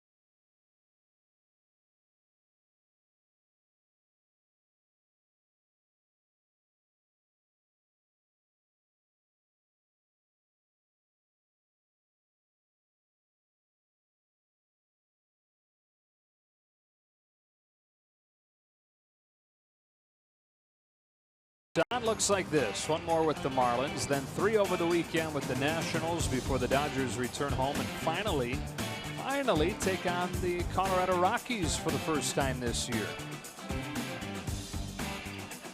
Rockies are off today. They started May red hot, having won 6 in a row, but they've gone 2-5 since then.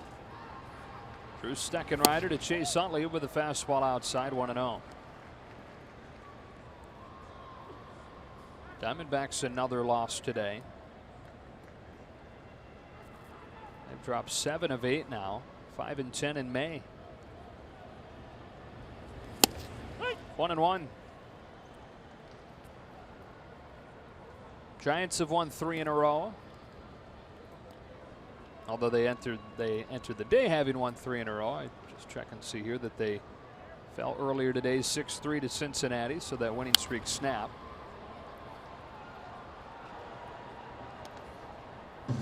Jammed up near the top of the division coming into the day. Arizona 25-17, now 25-18. Their lead on Colorado is down to 2 games. They lead the Giants by 3.5.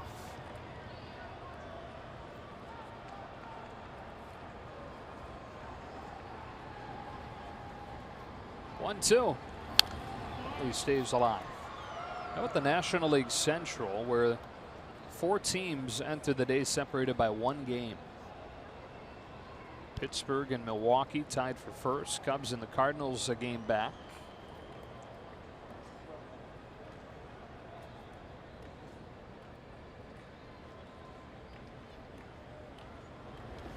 Utley down swinging for the first out of the 7th.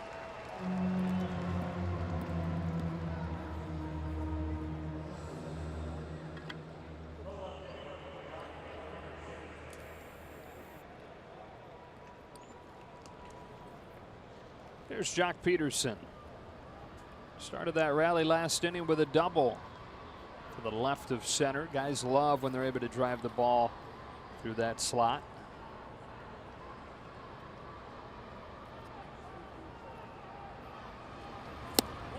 Takes outside. It's almost 400 feet to the gaps here. It's a big ballpark, and you talk about humidifiers. Well, there's plenty of humidity in the air here. Humidors. Yep. Yeah. What did I say? Humidifiers. Oh, one way or the other. 3-hour difference, 4-hour difference. I think I was swimming in the pond, not the pool. 2-1. It is very humid. And it's a big park. I mean, I don't think the ball carries real well here. And you talked about all the different scenarios with the roof open or just the windows open or completely closed. I think this completely closed is how the park plays as a pitcher's park. Because you start to open up the roof and then all of a sudden maybe the ball flies out to one area or the other depending on the wind. You open up those windows, jump a little bit more probably to left field.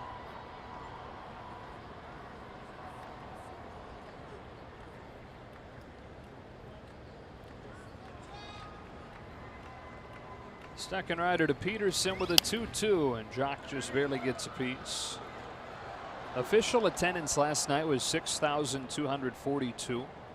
That was the smallest crowd to see a Dodger game in 17 years. Back to May of 2001 in Montreal. Fly to center field for Brinson. 2 up, 2 down.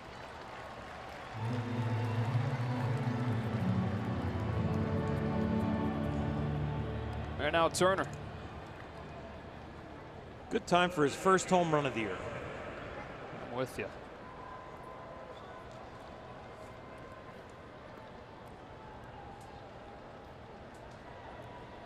Feeling good about the offense. It was kind of short term, Joe. Excuse me for cutting you off.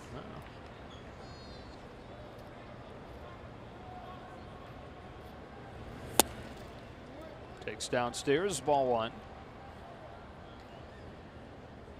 Really felt like some adrenaline was going to flow through the bench. You come back, you get a 4 spot, and again that shutdown inning didn't happen.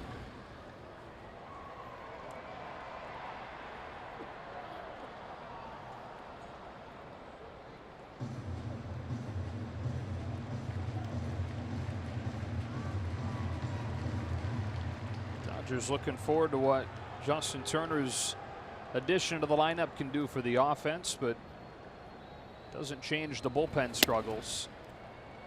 2-1. And they've reared their heads both nights he's been in the lineup.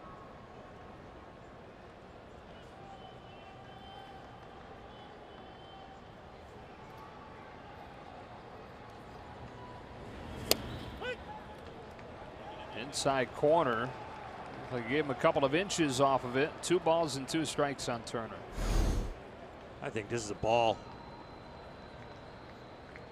Yeah. And Justin told him about it.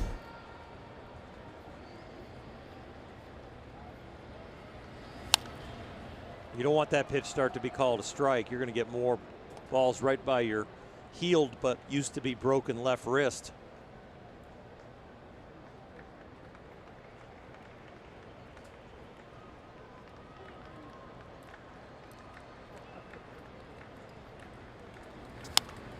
Went right back in there and he stayed alive. Still 2-2.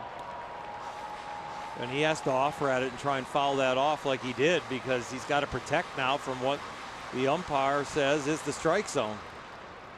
It's Greg Gibson behind home plate.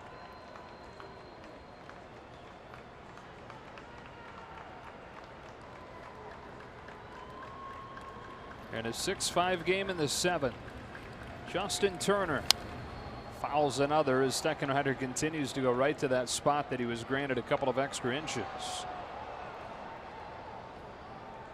Well, you can walk a hitter off the plate wide, or you can walk him off inside. Justin is doing a great job fighting those pitches off.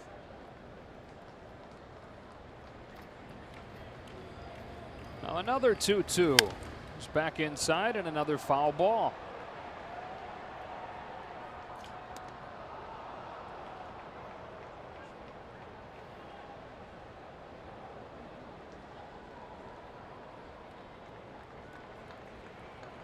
Ninth pitch coming to Turner in a 1-run game in the 7th.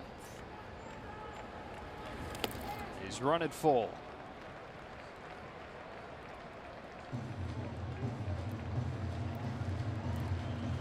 .33 old in his 10th big league season. Second year of that 4-year contract, which came 3 years after the Mets decided not to bring him back. He rips a base hit over a leaping Rojas into left center. What an at-bat for Justin Turner for his 2nd hit of the night. They were crowding him. They were crowding him. They were crowding him. Justin's fouling the ball off, fighting to see another pitch.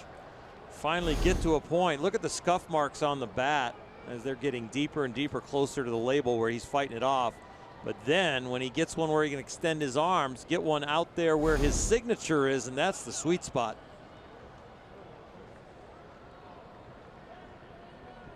And it gets Grandal to the plate here,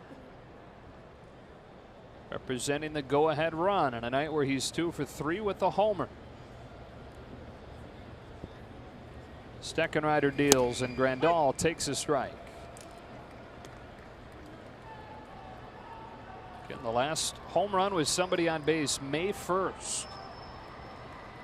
Wouldn't this be a nice time to crack that drought? 0-1 pitch. Caught the corner for strike 2.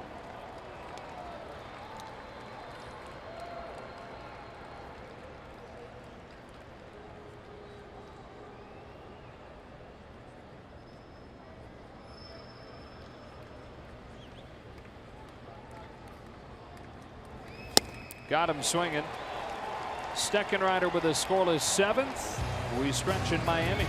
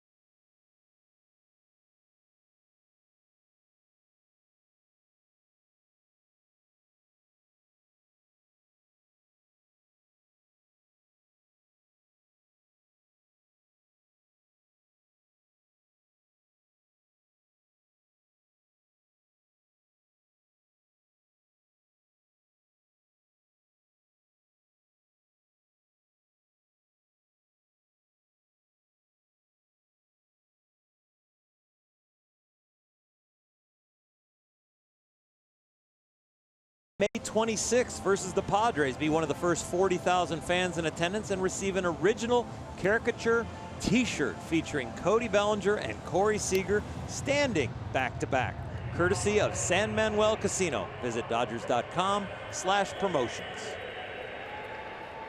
Josh Fields for the bottom of the 7th inning. 3 straight scoreless outings for him after a rough patch where he was giving up the long ball at an alarming rate, but he's kept it in the yard the last few times and put up zeros as a result. Dave Roberts having to use pieces that he would rather use when he's either tied or ahead, but Josh Fields being one of those pieces right now, a hot hand, but down a run, seeking a desperate victory. Josh Fields in the game. And a pinch hitting Cameron Maben at the plate, taking strike 1.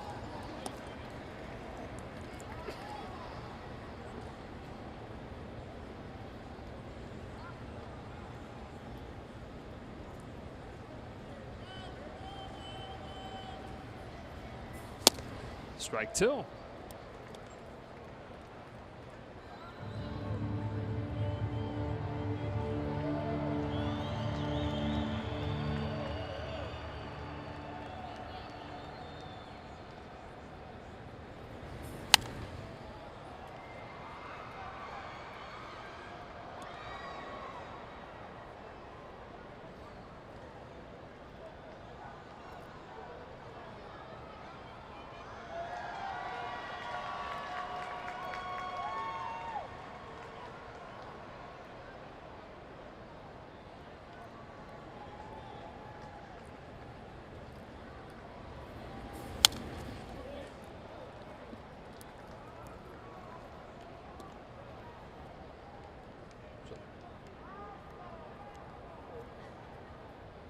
Josh has gone breaking ball and then 3 fastballs, 0-2 count. Do you want to go right to the well and go up the ladder, which is your normal out pitch, or do you want to set him up with something first?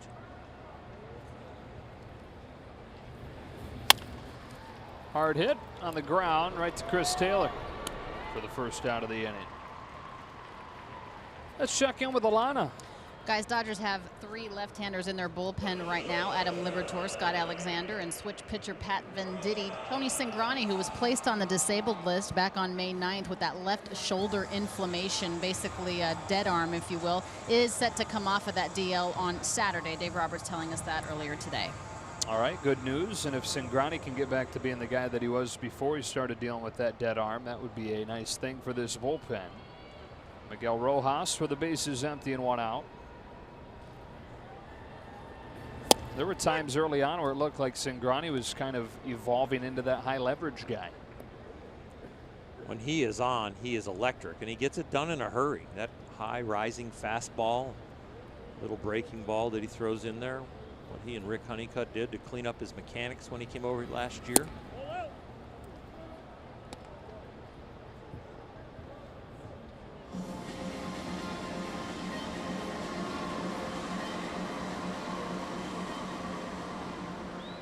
Being here in Miami is another reminder that Tom Kohler will return at some point.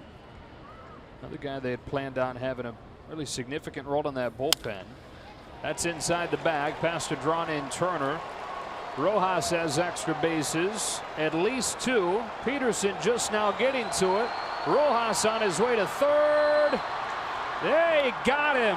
Tried to stretch a double into a triple, but a great throw from Peterson, and Turner lays the tag down.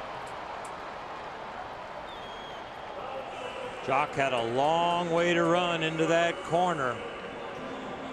When he came up gunning, he got it in the vicinity, and Justin Turner made a great 1-hop tag. Jock was shifted around in left center. That's what took him so long to get this ball. He gets up, one little crow hop, but that right there, beautiful tag by Justin Turner on the in-between hop. It's not short hop and it's not a long hop where it's easy. It's the hardest of hops. There Jock is in the picture finally. A strike on Lewis Brinson. And a big second out there. Instead of a man at third with 1 out, the Marlins looking for insurance. Brinson batting with the bases empty and 2 gone. Fields gets it by him at 96. Rojas made the right risk with 1 out. Never make the first or third out at third base. So he was stretching the envelope to try and get to third over there and only have 1 out.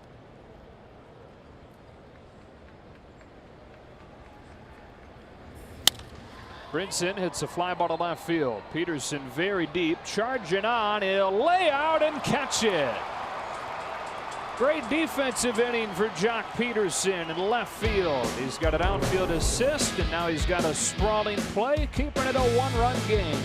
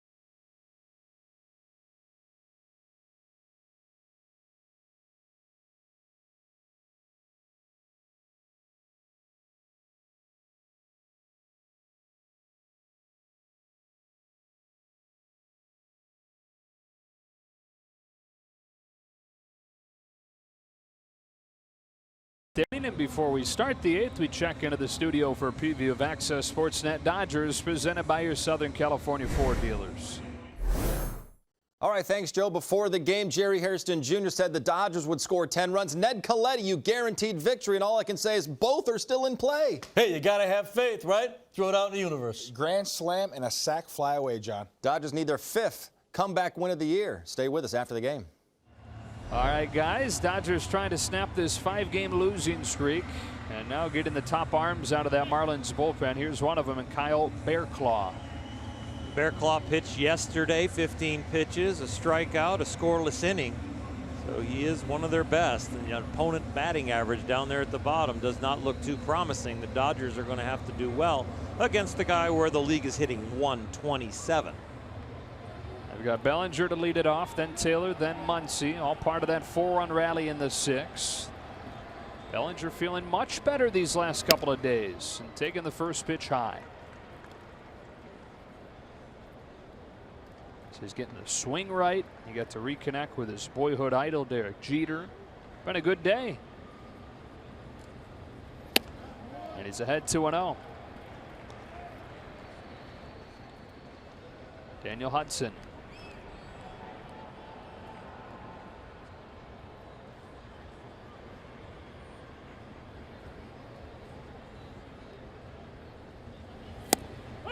Strike 1. He didn't want that one. Let him have his pitcher's pitch. Outstanding. Tip your cap. Still in a hitter's count. And on a 2-1, the 22-year-old watches one spin to the back foot. We saw a whole lot more of early this season and during the postseason last year. Teams have kind of defaulted back to the fastball on Bellinger lately.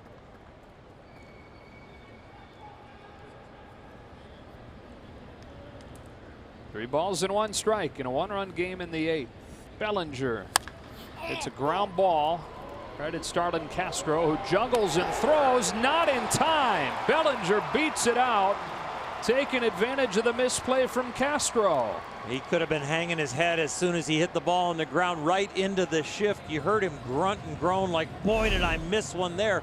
But he didn't elect it. It did not get into his effort there. He kept running. And he is there.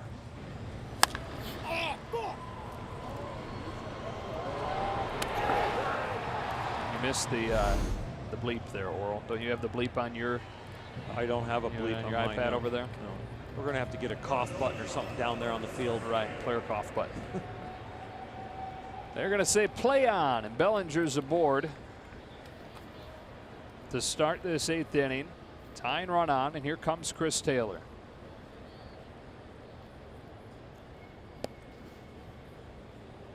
And it is ruled an error on Castro. Dodgers don't care at this point, whatever it takes.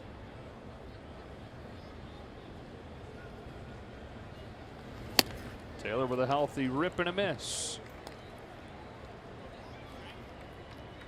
2 for 3 tonight, a pair of singles. His last one, most promising we've seen in a few days from him. Opposite field ringing line drive.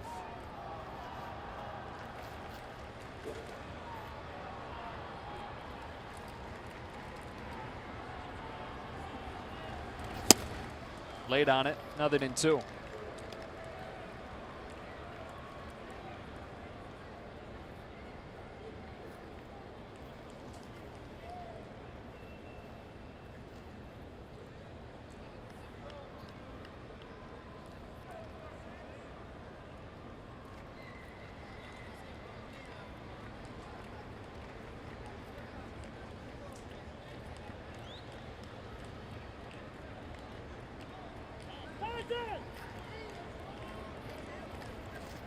Marlins playing almost no doubles in left field and center field.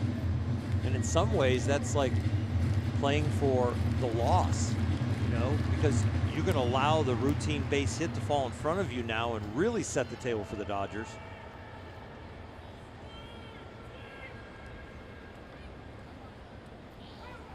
I would think they would be in their normal depth and just trying to record outs. Not allow an inning, a big inning, to be built.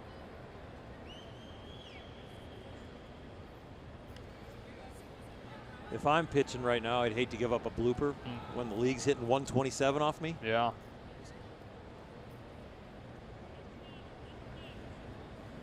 Here comes the 1-2. Down the middle, strike 3. Something Taylor's done more than anybody in baseball, and that is take strike 3 call. He does here for the first out of the 8th.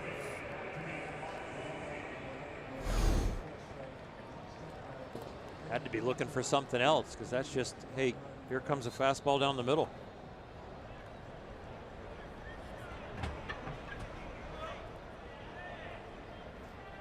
So man at first with 1 out for Muncy, whose 2-run double tied this game in the 6th.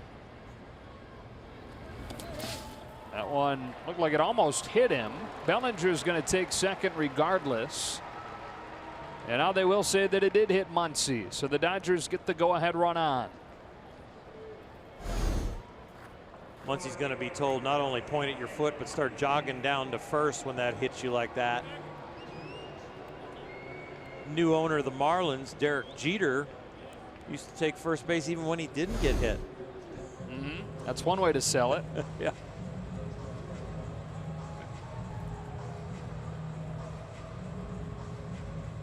George Lombard letting him know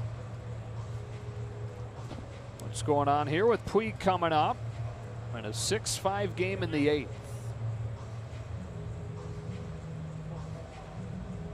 Don't get doubled up on a line drive. Ball's in the dirt. Watch Bellinger in front of you before you advance. He's got to make the decision, not you. Ground ball. Used to be able to say break up too. Can't do that anymore. Can't say that anymore. Puig last night, a home run and a pair of walks. 0 for 3 so far tonight. No better time than now to get it going. Strike 1.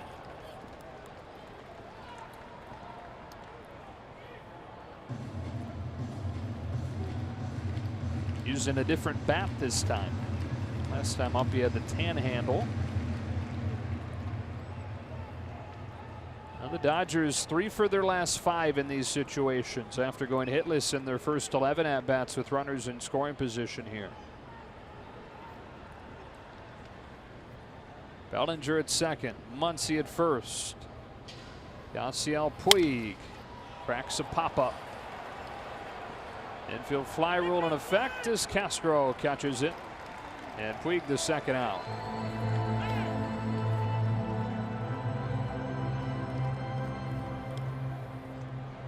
So it's up to Barnes.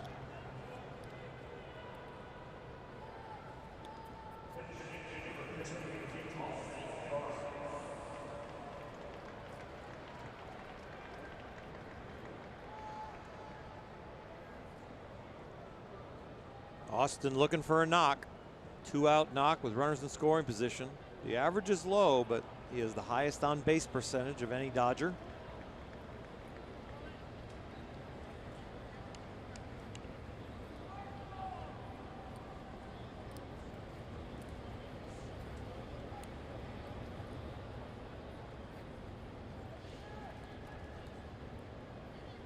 Tying run at second. Go ahead run at first.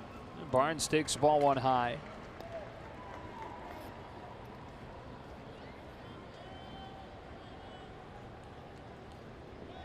One for 4 in the opener last night. Grandal getting the starting catcher tonight and contributing himself with a home run and an RBI single. And now Barnes pinch hitting here in the 8th.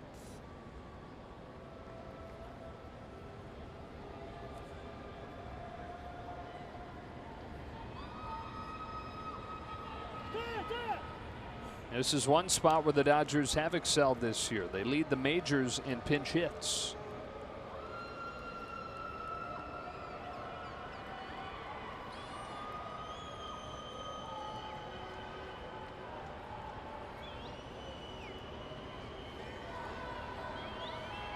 Fairclaw's 1-0, and Barnes takes it down the middle for a strike.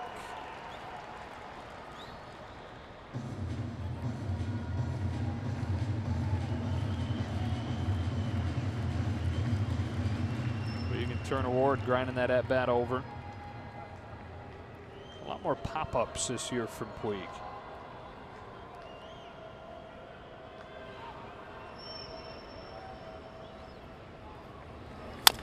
Barnes hits a big bouncer to short. Rojas feeding Castro in time to get Muncy. And that does it for the Dodgers in the 8th. They put him at first and second, but could not score.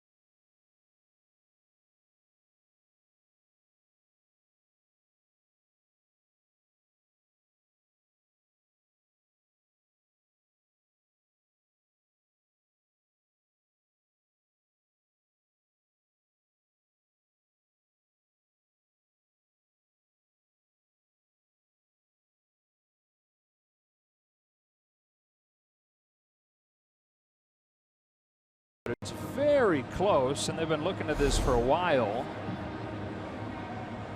And the decision just comes in now that the call is correct. He is out.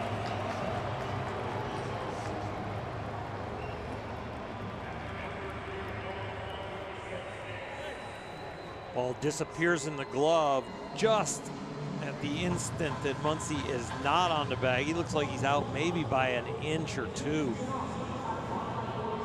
The ball is not juggled or anything. That was a call from Jerry Lane just a moment ago. So it remains a one-run game as we go to the bottom of the 8th. Take a look at our Mercedes-Benz pitching preview for the finale tomorrow, which is at 9 a.m. Pacific. Kenta Maeda for the Dodgers, and the guy that was supposed to start tonight for the Marlins, Caleb Smith, who's been a different guy lately. First 4 starts, his ERA was around 7. Last 4 starts, it's at 1.5. One of the highest strikeout rates in the majors. It's going to take a comeback from the Dodgers and a nice start from Maeda tomorrow for them to try and win this series. They're going to have 3 outs to do it if Daniel Hudson can put up a 0. They'll only be down by 1.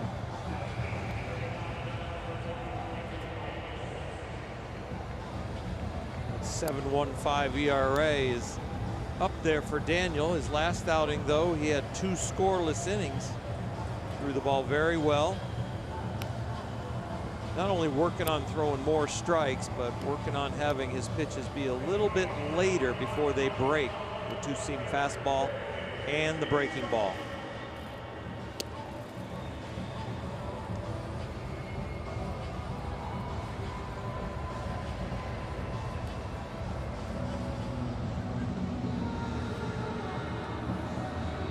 So Shock, Prado, and Realmuto due up against Hudson here in the 8th inning.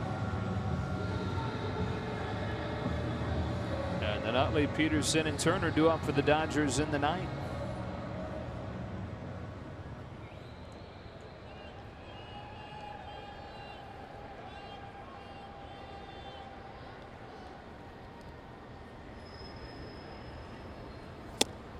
Hudson starts with a strike. The Dodgers with a 4 spot in the 6th inning to tie this game at 1. Their first 4-run inning in a couple weeks. But Pedro Baez giving up a Realmuto home run in the bottom of the 6th, and right now that's the difference. Rolled to short. Chris Taylor just in time.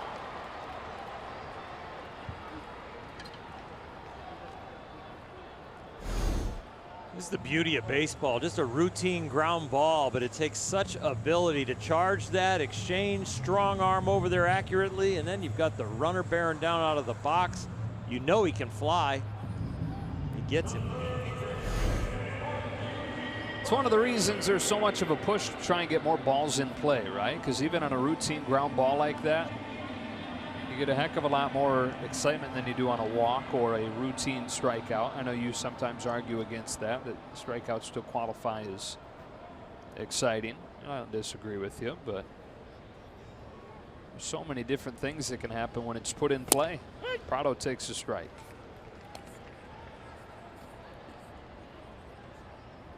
Yeah, if you're going to evaluate the 3 ultimate outcomes on excitement level, of course, the home run, number 1. I think the strikeout would be 2, and then the walk, of course, would be at the bottom.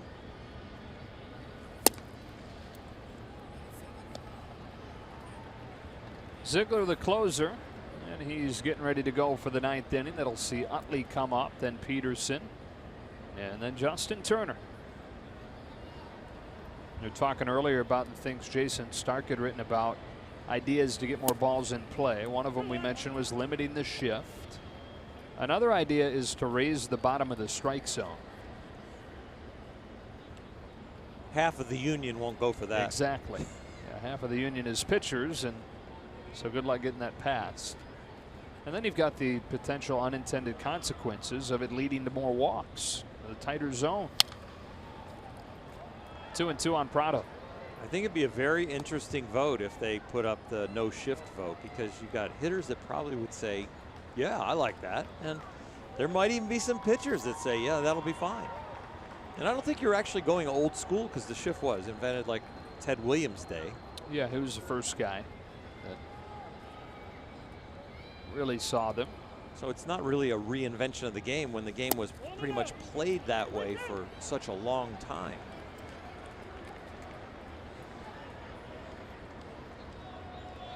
Another idea that Jason Stark floats, ways to get more balls in play, is to limit mid-inning pitching changes. You don't get as many fresh arms coming in. Prado stays alive. John Smoltz has an idea that he gave Jason Stark where he thinks the manager gets, say, 3 timeouts or whatever you want to call them per game. And once you're out of those timeouts, you can't change mid-inning.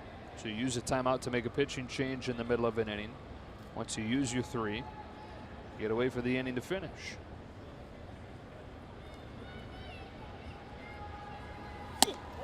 Inside and a 1-out walk. I think that there's a possibility of that working, but I think of a caveat that you'd have to then, if a pitcher is removed mid-inning because of injury, he must go on the DL. Because I, as a manager, and pitching coach, would start thinking about a signal from the bench. If I want to get you out of there to get a matchup, you're going to fake an injury.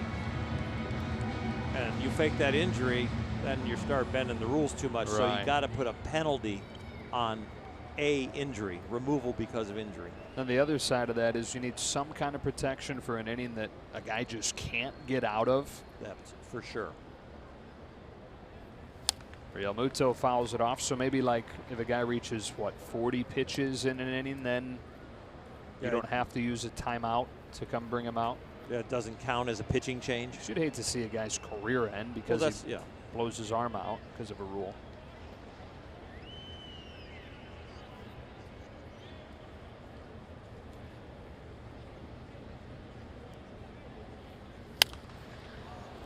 On the infield, way up there. Muncy, that's not an easy play, looking up and climbing the mound at the same time, but he makes the catch. 2 gone.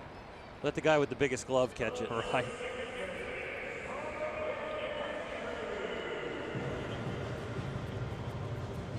And now Starlin Castro. And the other idea that Jason Stark has, that different executives and former players and members of the rules committee passed along to him, various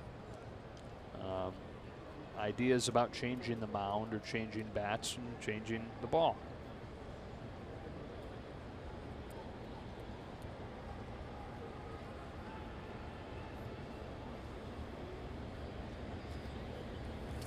A strike on Castro. Well, deadening the ball so that the fly balls fell short and became outs would then shift the theory of the hitter to trying to hit the ball more line drives, more hard ground balls again. Maybe a combination of the ball being deader and no shifts. All of a sudden you go back to a different kind of game.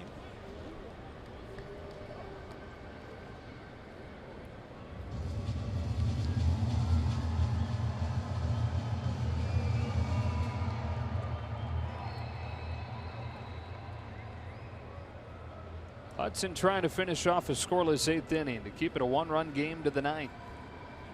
Is 0-1 to Castro. On the ground off of Turner. Taylor in short left will hold on to it. That's an infield hit for Castro. That is quietly, by the way, a 4-hit night for Starlin Castro. Justin Turner prepared. Get on the balls of your feet as the ball enters the hitting area. Then when you read the swing and the pitch, you can get a good jump on it. That good jump just wasn't enough. And Dave Roberts going to make a change before Bour comes up. With men at first and second and 2 out. The Marlins in front 6-5. Roberts takes it from Hudson. And Scott Alexander will come on to face Bour.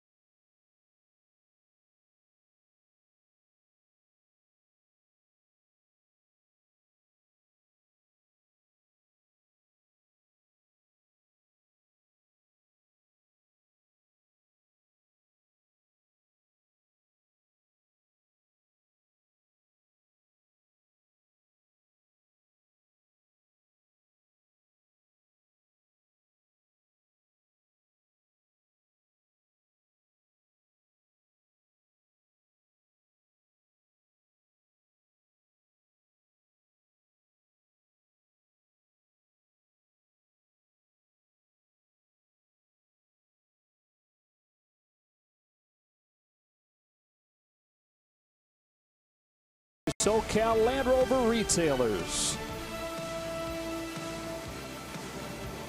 Scott Alexander on to handle the rest of this 8th inning, with the Dodgers down 6-5 and runners at first and second.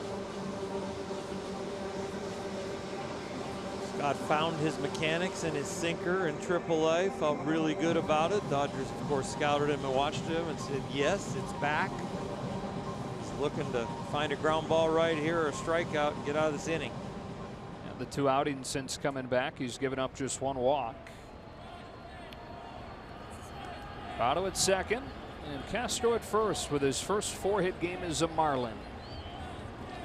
And it's Justin Bour, who actually has been better against left-handed pitchers so far this year, at least by average. Takes a strike. All of the power, though, has come against right-handers.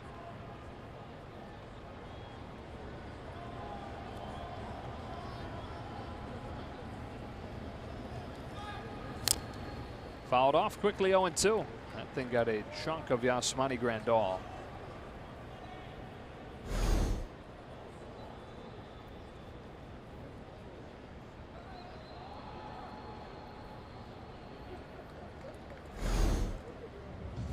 Ouch. Yeah. You know what that feels like when in the locker room they crack you with a wet towel? Just wet, it just stings. You'll also have a huge bruise. He's used to those by now. Maybe it's just because we watch him every night, but it seems like he gets an inordinate amount of foul tips off the body. 1 and 2. When your staff is a strikeout staff, which the Dodgers are, you get a lot of foul tips. Just a little different than a swing and miss.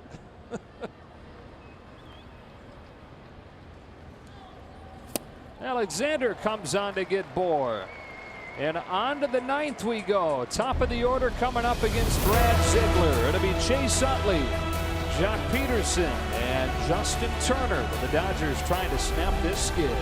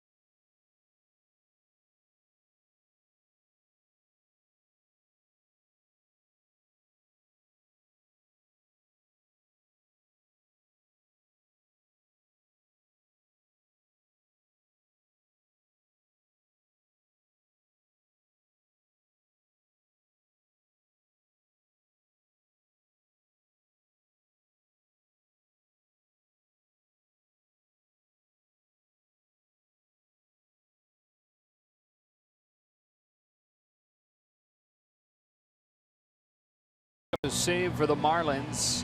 Narrowest of margins for him. On for the 18th time. He saved all 6 that he's tried. Bellinger's home run was off of him last night, so there's some good feelings in the Dodger dugout that they can get to Ziegler. And in some ways, when you're just talking velocity, we almost caught a break that they brought him in. Top of the order, Utley, Peterson, and Turner due up. Dodgers trying to end this 5-game losing streak. They've dropped 8 of their last 9, and beginning with the 2 losses against the Marlins in late April, 15 of their last 20. On the first one, it's down and away, ball 1, and off we go in the 9th. Chase tonight is 0 for 4. Dodgers as a team, 5 runs on 9 hits. It's 1-1. And it goes back, though, to what we talk about, it seems like each night now. Getting things synced up. These 5 runs would have done the trick a night ago.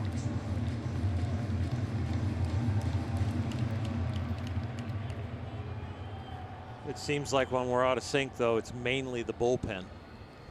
I don't think we're going anywhere without getting the bullpen fixed. That's a start. He slices one into left center field for a base hit. Chase Utley with a leadoff single against Ziegler.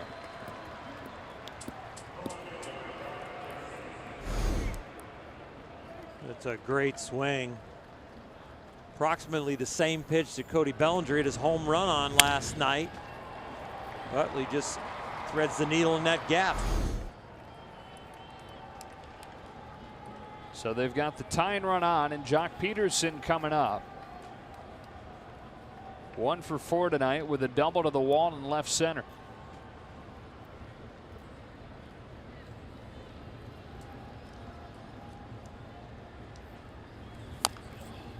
Strike 1.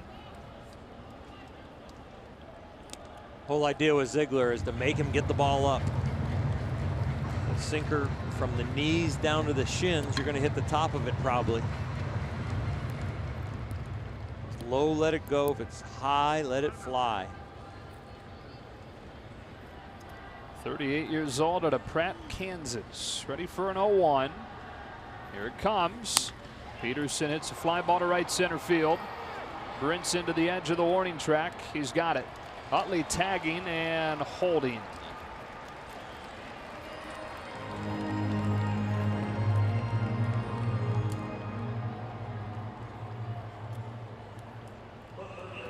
And here comes Turner.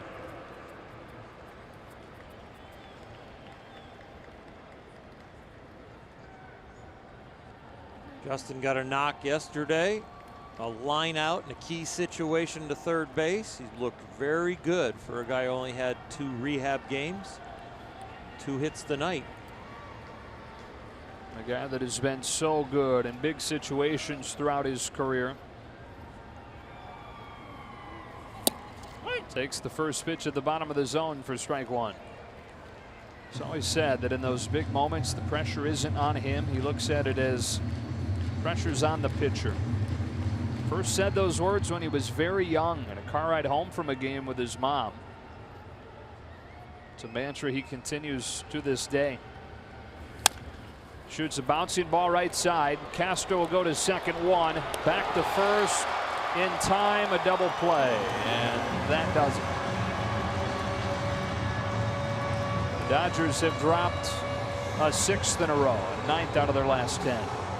There were parts of the game that it felt really good, like they were going to come out of it. It felt like this was a chance that they could get the desperately needed W. But at the end, the same results.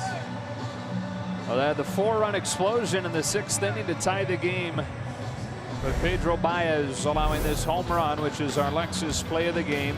JT Realmuto extended his hitting streak against the Dodgers to open his career to 21.